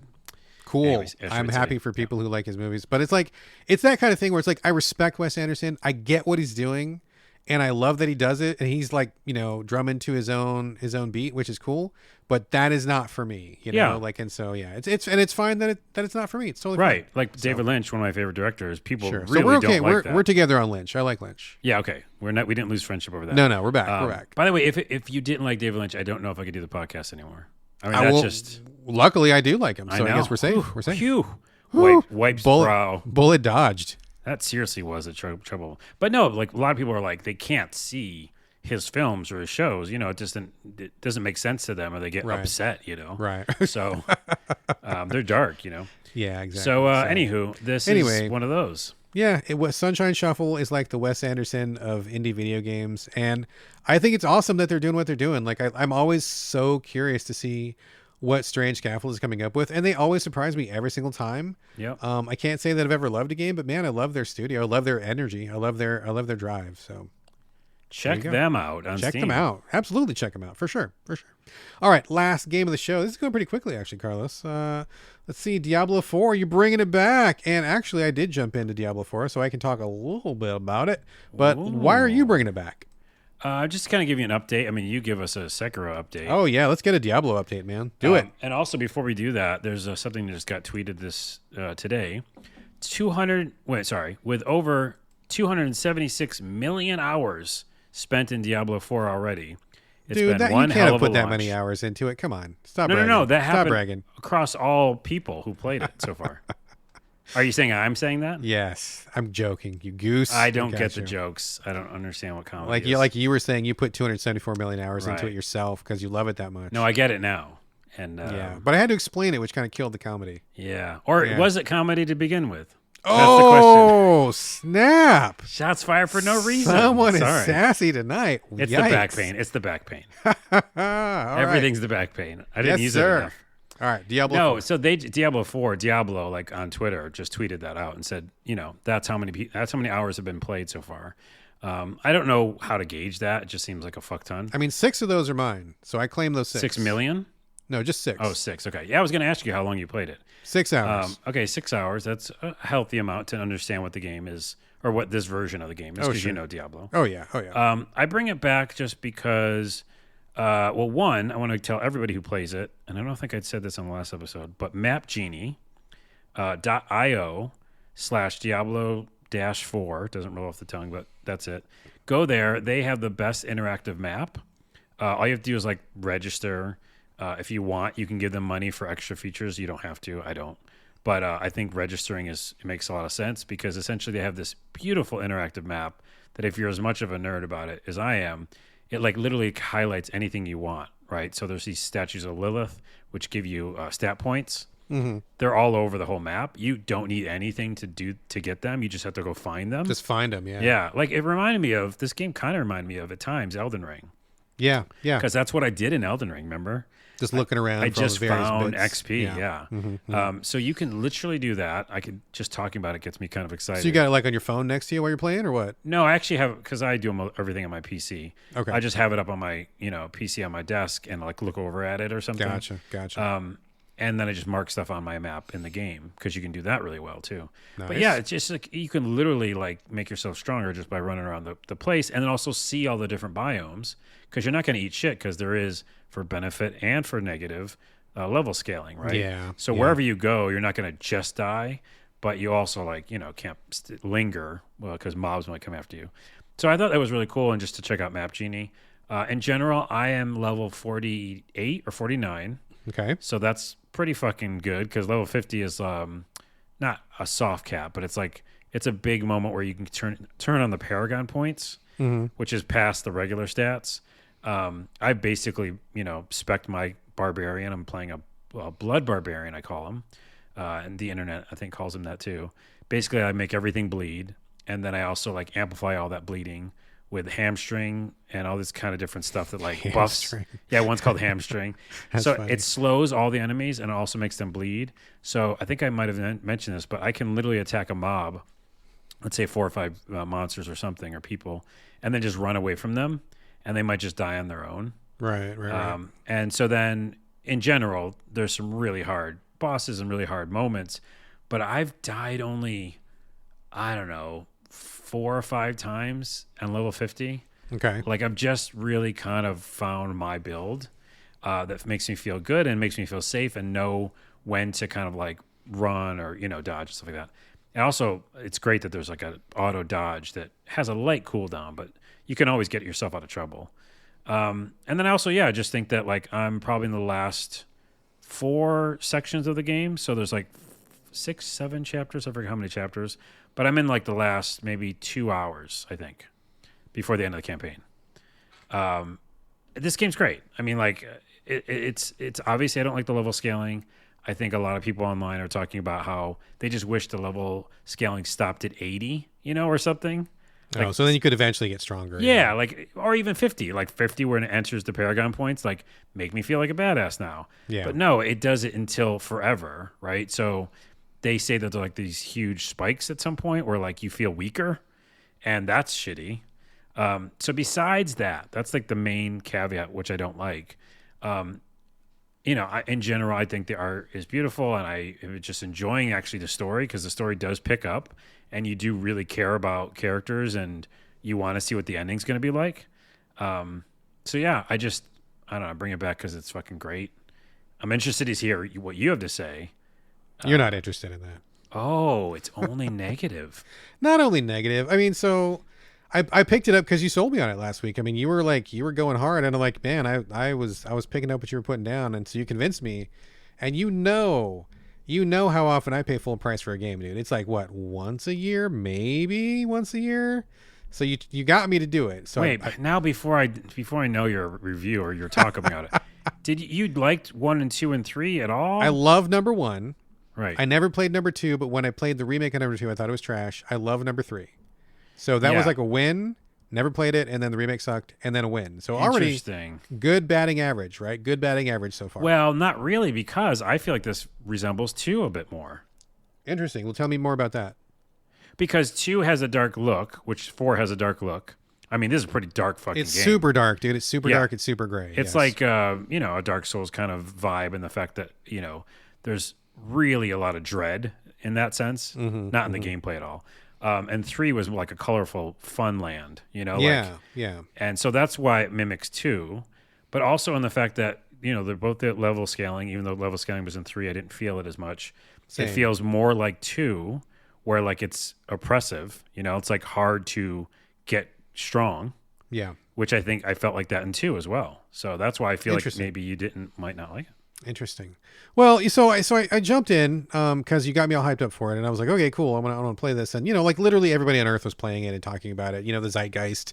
Yeah. It's hard to resist the hype and stuff. So I start playing, and like I just like, okay. Number 1, the opening cinematic is pretty incredible. I mean, that was like, whoa, holy shit, this is scary, like really frightening and gross. Like it really felt like a horror movie. Like it felt like I was watching Hellraiser Part 7 or something. I'm like, shit, dude, what? Like I was like, this is nuts. This is not what I expected at all. So the opening cutscene is brutal and pretty cool, and if you like horror stuff and everything. So that was good. You're not gonna okay, that's not a con. Can no, I no, add that a was con good. to That was good. Though? No, I liked it. Yeah, it was good. Can I add a con to it? Yeah, go ahead. That's the only time you get those graphics. I played the game to almost the end of it. I think the ending's going to have another cutscene like that. I mean, it better. But isn't that kind of shitty? Because like all the cutscenes I've had up until now, up after that one, have been good graphics. But that thing is like they spent a long fucking time making a mini movie. That's what it was. It was a mini movie, is what it was. But why not put more of those in your game? That for me, that's a con. I mean, I haven't played as much as you, but I would agree, because that was a really strong way to open the game. I was like, really wow, you blew my head off with that. That was crazy. That was an insane way to open. So I chose a Necromancer. I was like, okay, I don't know which way I'm going to go. Picked Necromancer, and I played for a while, and I'm like, it just wasn't clicking with me. Like I just didn't have a lot of fun with it. So I'm like, maybe I got the wrong class. I need to go back. I was like, Druid, maybe. I don't know. I was like, I'm not going to do the Barbarian because Carlos is doing Barbarian. He's got that covered. I should do something else in case we talk about it on the show. And I'm like, okay, I'll try like Sorcerer maybe. So I had the Magic User, Sorcerer, whatever it's called. And I'm like, okay, this is okay. It's okay. But like none of the classes are really like making me feel very excited to play. Like I don't know what it is. None of them are clicking. I mean, I haven't tried all of them yet. I haven't tried. Maybe you just needed a Barbarian. Maybe I need a Barbarian. Maybe I need the Archer. Maybe I need the Druid. I don't know. I've only tried those 2 classes so far.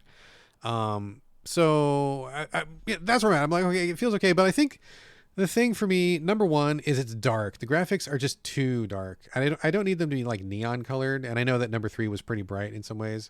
But this just feels like everywhere I go is just gray and dark, and it's just really dull to look at. I don't like that. Can I put an asterisk on that? Because at level 49, almost the end of the game, that's just that section. Okay. That map is massive, and literally there's biomes. Like one's an island, like an islandy, like with beach and stuff like that, and one's like a sandstorm, like Dune. So like this game feels like Elden Ring when you really go through the whole landscape of it. Okay. So yeah, that changes. So that's good. That's good. I'm looking forward to like a little bit more color. But I hit that thing. Like I'm very particular about this, where I feel like none of the gear matters to me because I'm picking up new gear every 5 seconds. I'm cycling through it, and all I'm doing is whatever has the green digits. I'm just putting that on because that's all that really matters. And maybe it matters more when you get deeper in the game, or maybe when you're specializing or something. But like at this point, I'm just like, I don't feel excited about picking up any gear. I don't feel cool. I don't really look even that different. I'm sure there must be some different cosmetics later on, but at this point I'm just like, all the hand wraps look the same, all the boots look the same. I'm just not super excited about my character, and I need to feel excited about him. I need to feel like like I'm doing cool shit, like, and I just Yeah. don't feel like I'm doing anything that's really cool right now. Well, for one thing, you do get tons of different gear. I never do that. There's a thing where you can actually change what you look like. I saw that. I Yeah. would never do that. Like I like the idea of getting these weird pieces of armor and stuff. And like my current helmet has like it looks like a skull with like blue glowing eyes.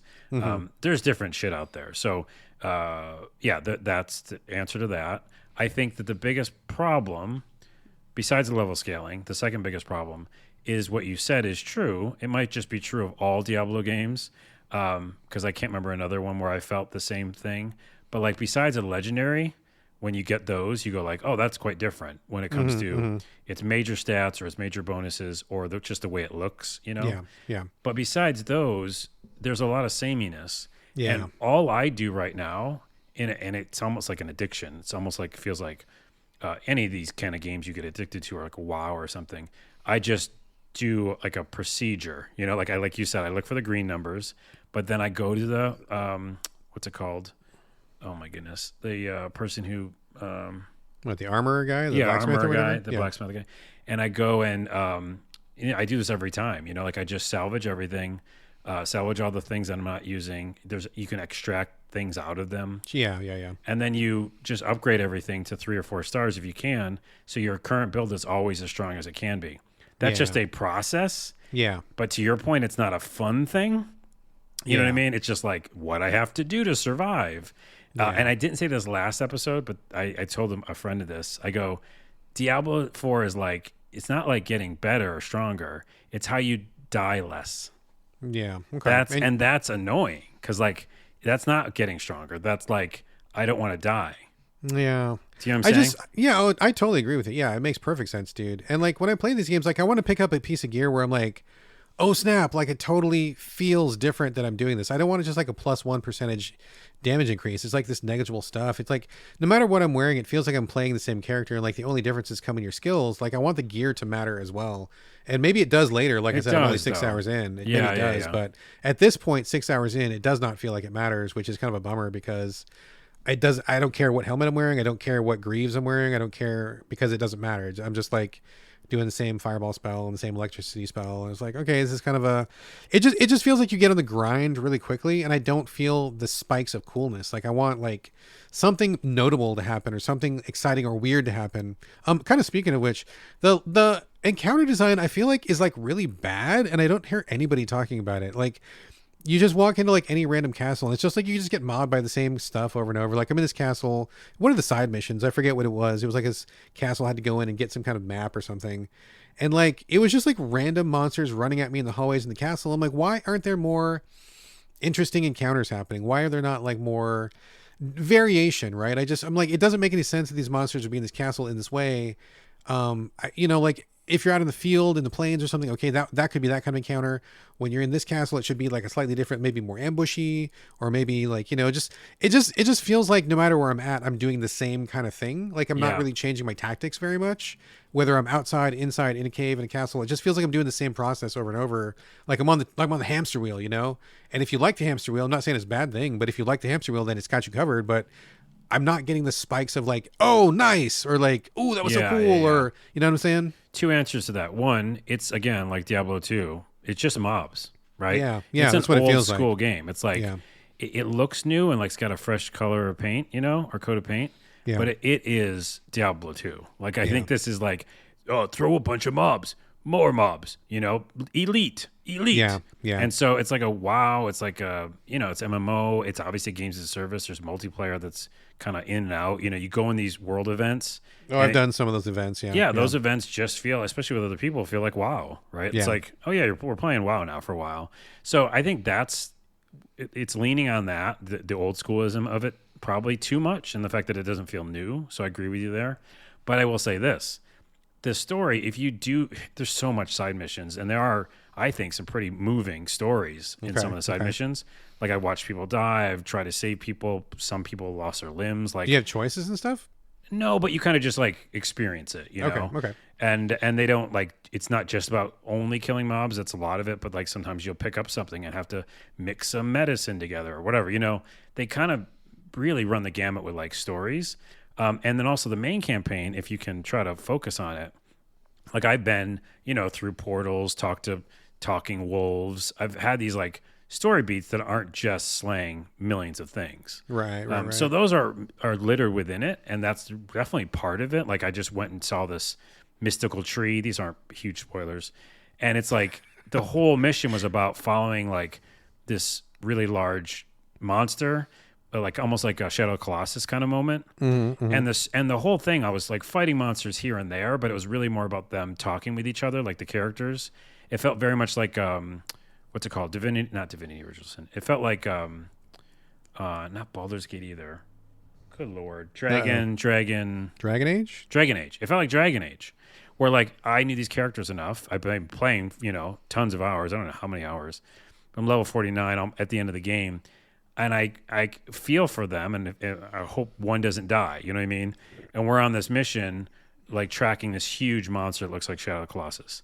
So see what I'm saying? Like those things are in this game too, but it's littered with mobs. Yeah. And I mean that sounds awesome that you're describing. I want to get to some of that stuff, but right. I mean, again, I'm only 6 hours in.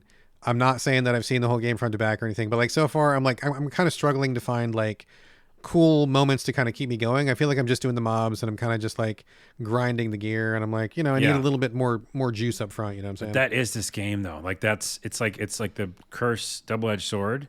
It's like a Vampire Survivors game, I think. Yeah, that makes sense. It really feels like when that's what you want, then that's what it is. Right. But then every once in a while, it's like, oh yeah, but look at this cool story beat. Like, and you're like, oh neat, I'm now in the story part of it. But what I'm doing is I'm just mainlining. So because it doesn't matter what your level is. And if anything, guess what? I heard, because it's bad balancing, you should beat the game before you get too high level. Because the whole difficulty scales out of whack. Right now, I fought like an archer, and it took like 15 hits or something. That's an exaggeration, but it like he had a lot of health points. Right. An archer, because he was in the campaign where I'm at, and I'm like just some random dude, not even a boss or anything. Yeah. So if you just like mainline the game, is my point. That's another way to play this game, because you could just not do any of the mobs. Yeah. You really could. You could do it in the campaign parts. And just push straight forward through. I would suggest that for you, because I think there's really good set pieces, and the one I just had was fucking epic. But I think people are going to get lost in just like grinding forever. You're right. Yeah. Because my MO is generally to do side quests is, level up and do the extra bits and meet the people and get any little extra goodies. And that's how you play most RPGs. I think most people play that way. So I think it makes sense to do that. But yeah, I haven't hit the juicy stuff yet. So maybe I should just mainline it for a while. Just mainline it for a while. I would tell that everybody listening to do that too, because it doesn't matter what level you are. It's going to scale to you. This is more about going through the experience of it, Right. So mainline that campaign and then talk about it maybe next week. All right. There you go. That's good advice. I don't have anything else to say about Diablo 4. You? No, I'm just going to play the shit out of it and hopefully beat it by the next time we talk on the podcast. All right. There we go, folks. That is a show. That's what we got. Couple things. Couple little last things before we go. These are non-game things. Carlos, anything before we go? Yeah, 3 things. One, Bodies is actually a pretty damn good Scream type movie. What are we talking about? So I was gonna actually see it in the theater a long time ago when it came out, but I didn't. I don't see many movies in the theater. So it's on, I think, VOD now. I don't want to say that in case I got it some other way. I don't even know what it's about. So Bodies. It's a horror movie like Scream, and Pete Davidson's in it, and that's for some reason people always go to that because he's super famous. SNL alumni, a bunch of other people who I have never seen them in anything before, but like a lot of people say this, and I agree with them. It's perfectly cast. Okay. Like there's a girl who's in a relationship with another girl, and she's kind of like, not like, doesn't feel like she fits in automatically when they go to this house party, and you're already like kind of on her side. Think The Menu. When you're kind of like following that woman. Yep. So it feels like that, but a horror movie and like a whodunit. Like people start dying. It feels like Scream, and it's just done. I don't know. It's probably going to resonate more with young people because it definitely got a young person vibe with the music and everything and the way that they're Are there acting. Memes? Do they talk about memes? No, not really. They're just. Here's the thing. I think it's a good movie. I think they're just living in that world as young people, right? Gotcha. So I don't think it's like they're trying. It's just like they're all being the people they are. And I like the ending too. I just think it was really good. Okay. I was that's very cool. surprised. And also Arnold is very good too. And a surprise, it's on Netflix. It's a documentary series about Arnold Schwarzenegger. And it's a very like moving and kind of inspiring story so far. Really? Okay. Yeah. I mean, he's, grew up in little kid in Austria and, didn't really seem like he had a way out. And he picked bodybuilding because it was just some magazines he saw. And it just seemed like, I can make my body do something different. And, instead of just being stuck in a dead end area, and just being in the war because in Austria, you were kind of in the war all the time. And, so yeah, it's his story is really fascinating. And if you think, just because his movies and stuff like that, I think it's really good. I think it's done really well. All right. Is it a single movie or is it like episodes? No, it's episodes on Netflix. I think 4. Okay. All right. I watched episode 2 tonight. And then lastly, I just wanted to say, and I hope, I'm sorry to say this because I've liked things before, but man, oh man, on the eve of the new Black Mirror episodes, they're coming out probably at the time of this recording very soon. I've liked some. I don't know. Have you liked some in the past? Black Mirror? I have only watched 2 episodes because I got super depressed after watching them, and I was in a really bad place at the time, and I could not watch them. There you go. You just hit the nail on the head, buddy. Okay, there and you go. We're friends again, even after that other Wes Anderson comment, which I will not mention again. Here's why we're friends again. Fuck that show. I went away from the mic when I said it because it was so vitriol. Because I'm going to say fuck that show for one reason. But in general, I'm with you where I'd be like, oh, it's like Twilight Zone. But why do I feel shitty at the end of every episode? I feel terrible after watching it. Yes. Terrible. I think there's one where I don't, but that's not a good track record. Here's the thing. I went back and I was like, okay, the new ones are coming out soon. I'll watch another old one and give it another chance. I watched Playtest, which is about a guy who goes and tests out like new VR, AR kind of, process at a game dev. And it could have been fucking brilliant where like I'm gonna minor spoilers Minor spoilery for Playtest. He goes to this place and gets an injection in the back of his neck, which is always scary. So he went to Elon Musk. He went to Elon Musk's house, and then which by the way, I see this as the future. Really, they're going to be doing some injecting and stuff. Anywho, he starts seeing like VR stuff, and they put him in a horror, like a house that like a horror mansion type of thing.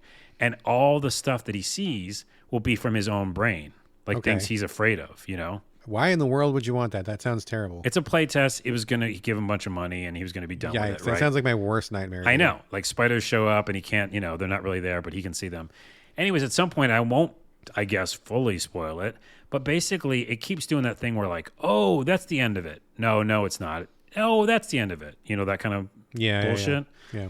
But the spoiler, it could have been this thing about retribution and him, like, because he had his mom he hasn't seen for a while, so they tug at your heartstrings and stuff like that.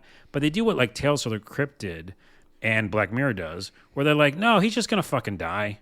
No, none of it's gonna be good. Like he could have learned all these lessons. It could have been about video games because it was like about play testing. It could have been like Resident Evil because they put it in a house like Resident Evil. But it's just about a guy dying. It's just about a guy fucking losing, not getting to talk to his mom, and he's fucking dead and probably in a coma somewhere. And that's the ending. Good night. So it's a real uplifting, feel-good moment then. But the point is they're spending so much money and so much talent and actors and writers on fucked up bullshit that's making the world worse, okay? Yeah. I think that series is making the world worse because you're showing such potential and you're taking people on a trip, in their mind. And then you're dropping them off a cliff and being like, fuck you. No, everything's over. So fuck that show forever. I'm never going to watch those new episodes. Yeah, to be honest with you, I haven't come back to it after that second episode because I looked at the wife and she looked at me and I'm like, I feel terrible. I feel like all the light has gone out in the world. Yeah. I feel like there's no hope. It filled me with like desperation and dread. And I'm like, dude, yeah. I do not need that in my TV shows right now. So I've never come back to it. No. I have no plans to watch it. I know a lot of people. I mean, I think I probably respect some of what it's trying, but it is not for me and not in this headspace right now. Maybe I don't. I don't know, man. I don't know. I just don't recommend it to almost anybody because yeah. I got to be living a different kind of life to where I can absorb that much darkness and still feel okay, and that is not me right now. Yeah. All right. Anyways, I'll stop there. Well, speaking of which, I'm going to play off of your tangent. It was kind of fortuitous that you mentioned that because I just finished watching Barry. Oh, dude. So, okay, real talk, man. Season 1, genius. Season 2, equal genius. I'm like, dude, Bill Hader, he's the shit, man. Season 3, which is the final season. Season 3 final season, or is it 4? 3, 4. I can't remember now. Whatever it is. All the seasons before the final season, chef's kiss. Kick ass, so good. Cannot wait for the end. Final season, bro, you lost the plot on this one. I was very disappointed in the season in general, but also like especially like the couple episodes right at the end. I was like, dude, what? Like this just off. It was off target for me, man. I'll say this was the most experimental season, and Bill Hader was, I think, directing all of them, which is cool. Yeah. But like, it kind of took a left turn where it started being like really experimental and kind of like suggestions and kind of impressions. And like, I had to actually look up some of the episodes because me and both the wife were like really confused about certain elements. And it's like when we read Bill Hader talking about what he did in those episodes, I'm like, oh, okay, I see what you were going for, but you forget that not only did you star in, act in, and direct this series, but you probably did a lot of the writing, and you've probably been in the writer's room for like 9 months. So you knew all this stuff like you were breathing it, right? But like for me, who hasn't watched Barry since the last season ended, I forgot like a lot of this stuff. And so when you bring it back and it's supposed to be, well, this shadow represents this thing, and this drop of blood represents this thing. And I'm like, bro, I don't remember that. I don't know what you're even suggesting. And so when I went back to read some of that stuff, it's like, okay, I get what you're going for, but like, I guess I'm just dumb American viewer because I couldn't put those pieces together without looking at like an FAQ, right? So that part was kind of disappointing. I also feel like the last season of Barry really took a strange turn in that, like, I get it's a dark series, right? It's been dark from day one, right? So that's not in question. It's been dark, pretty nihilistic in some ways, but it's also been really, really funny. Like, I feel like black humor, dark comedy, but I feel like in this last season, for whatever reason, Bill Hader really leaned into now the consequences. Now people are going to get what's coming to them. And I'm like, bro, why? Like, I don't... Yeah. That was not what I've been craving from this series at all. I like the black humor. I like the laughs. I like the crazy stuff that happened. And it just got like really like everybody's got to pay the price now. And I'm like, why? This is a TV show. I don't need that. I don't know. How did you feel about how it ended? I got another thing to say, but how did you feel about how it ended? It's funny because I was just thinking of a game that recently ended that felt similar, where I was like, that's what you're going to do with the ending? So I'm of two minds of it. One, there was a couple really funny moments. Remember that missile launcher moment? Oh, yeah. There was, there was a couple good laughs. The missile launcher was classic. I mean, that was anything with Hank is fucking gold. Just, I love Hank so much, but but overall, way less comedy than just like dire shit happening. And I think that I think some of the directing stuff was brilliant. Like, not that it was funny, but it was just brilliant. Like that when she saw that person behind her and that was one of the worst scenes in the whole series. Oh, you didn't like it? I liked did not it. Like it. Did not like it. But it's almost like that David Lynch thing. I was like, I liked some of the weird shit he was doing, but to the overall point, I mean, I just think it didn't. It just missed the mark. I feel like it happens in writers' rooms sometimes. Yeah. Where you just can't find that ending, and you kind of just, what they always said is he painted himself into a corner in a way.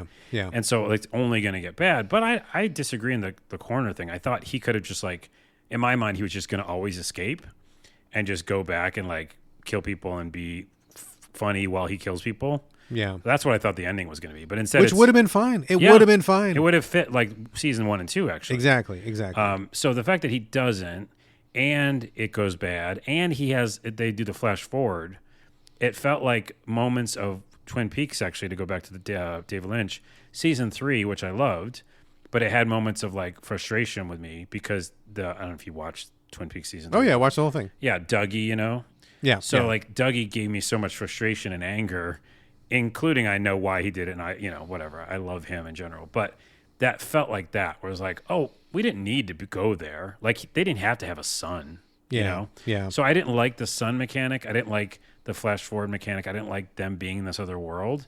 It just almost lost steam just by doing that. I agree, dude. And I like Lynch. You and me both like Lynch, but like it hasn't been Lynch this entire time, and then all of a sudden it is Lynch, and it feels out of place because you're breaking stride with what you've established, right? Yeah, it's just out of the blue. Yeah, Dougie had a purpose. Like I mean, you have to be a Lynch head to understand it all, but sure.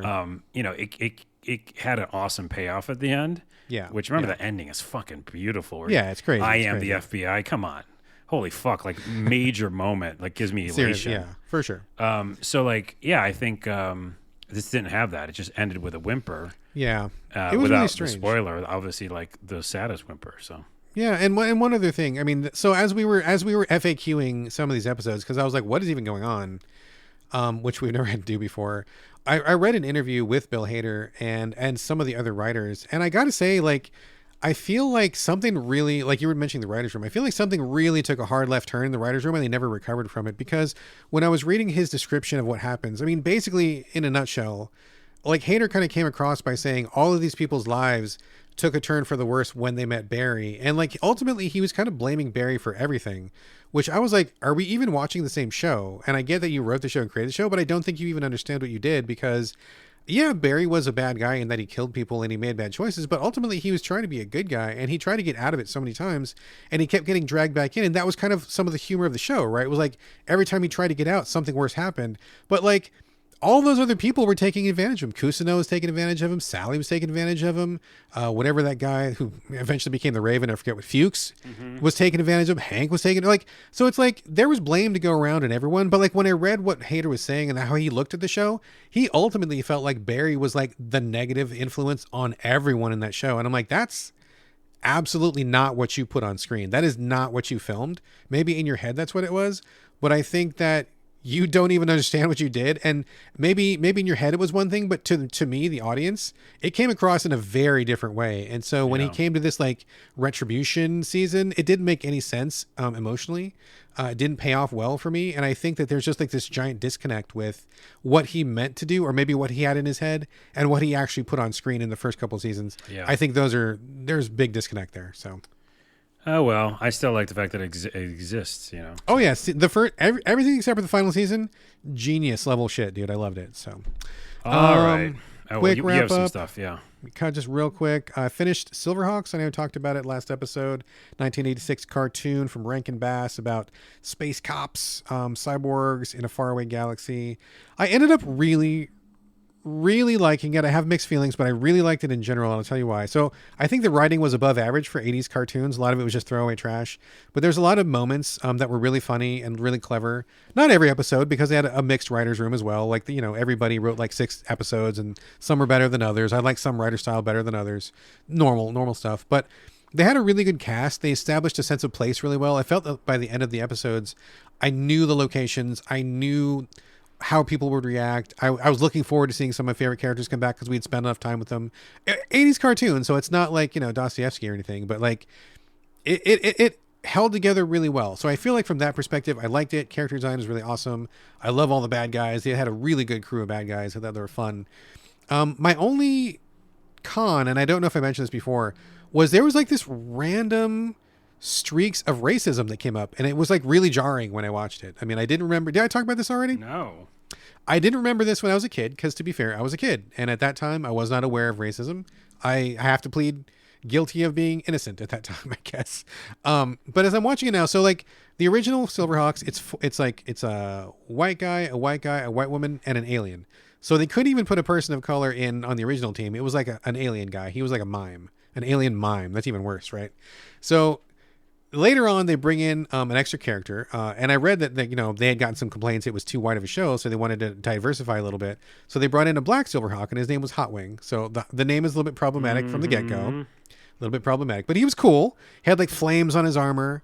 That was pretty neat. But he didn't have flame powers. That would make sense because his name was Hotwing. He had magic powers, and I'm like, well, that is weird. I don't know why you would do that. But he was kind of powerful in what he could do, but they didn't have him on very often. The first 3 or 4 appearances on the show, he was like basically on the show all on his own. Like he wasn't really interacting with the team at all. It didn't even feel like they were even in the same universe sometimes. And like, what is going on? He's like the 5th Silverhawk and he's never interacting with the rest of the team. What the fuck is happening? And then the very next time we see him, he gets mind controlled. So he's the bad guy. And I'm like, okay, this is bullshit. This is fucked up. Like, this is so weird. And it wasn't every episode, right? I mean, I feel like there was maybe like one really racist dude on the writing team. And every time he got a Hot Wing episode, he tanked it. But then there was a couple where like Hot Wing was cool and he was like the hero. And then later on, he became part of the team and like it became more natural. But it really felt weird and forced and kind of gross. And it sucks because it just kind of ruined what was otherwise like a really, really cool cartoon. And I wish I could find out why that happened. Why didn't they stop that? I want to know the story behind it. Because I feel like that was a really hard thing to swallow, in a series, which otherwise gets so much stuff right. So that was, mixed feelings on that. It's an artifact from history. It is what it is. I don't think some of that stuff would fly these days. I'm not excusing it in any way. So that was kind of a weird process to go through. Yeah. Oh, well. Yeah. Otherwise, just a quick shout out for Gargoyles. I've never seen it before. Have you ever seen Gargoyles before? I don't know. It's on the Disney Channel now, but it was a cartoon series that was in mid-90s about gargoyles from medieval times who somehow find themselves in modern day. It had Keith David was the lead. Jonathan Frakes was on the show. A bunch of other like really famous voice actors. And I just started. I've heard about it a million times because it's really popular in nerd circles. And I never had the opportunity before, but I'm starting it now. And I got to say, the first episode, pretty good. I've heard the story is really well done. Like it carries a narrative thread through all the way. It's not just episodic bullshit. So we'll see. Off to a good start though. So Gargoyles, it's on Disney Plus. Check it out. All right, folks, that's it. That's a show. As always, we want to get your questions and comments. Hit us up. SoVideoGamesPodcast@gmail.com. We're on Twitter @SoVideoGames. We're on Instagram @SoVideoGamesPodcast. I feel like I should stop mentioning those because I'm not updating often enough, and I apologize. Yeah, let's just not mention it then. I'm just I guess forget about those, but I do check them once in a while. I just don't update very often, so it takes a lot of time, a lot of energy. Anyway, a better way is to reach us individually. So Carlos, where can we direct your traffic this week? Carlos Rudella on TikTok. All right, as for me, still on all the social media channels, Instagram, Twitter, Blue Sky, etc., etc. It's my name, BradGallaway, all A's, no O's. And this is going to do it for episode 340. Thank you so much for joining us here on the So Video Games Podcast, and we'll see you next week. We'll see you next week. My ride's here. The motorcycle, it just drove by. I got to get on it. See ya.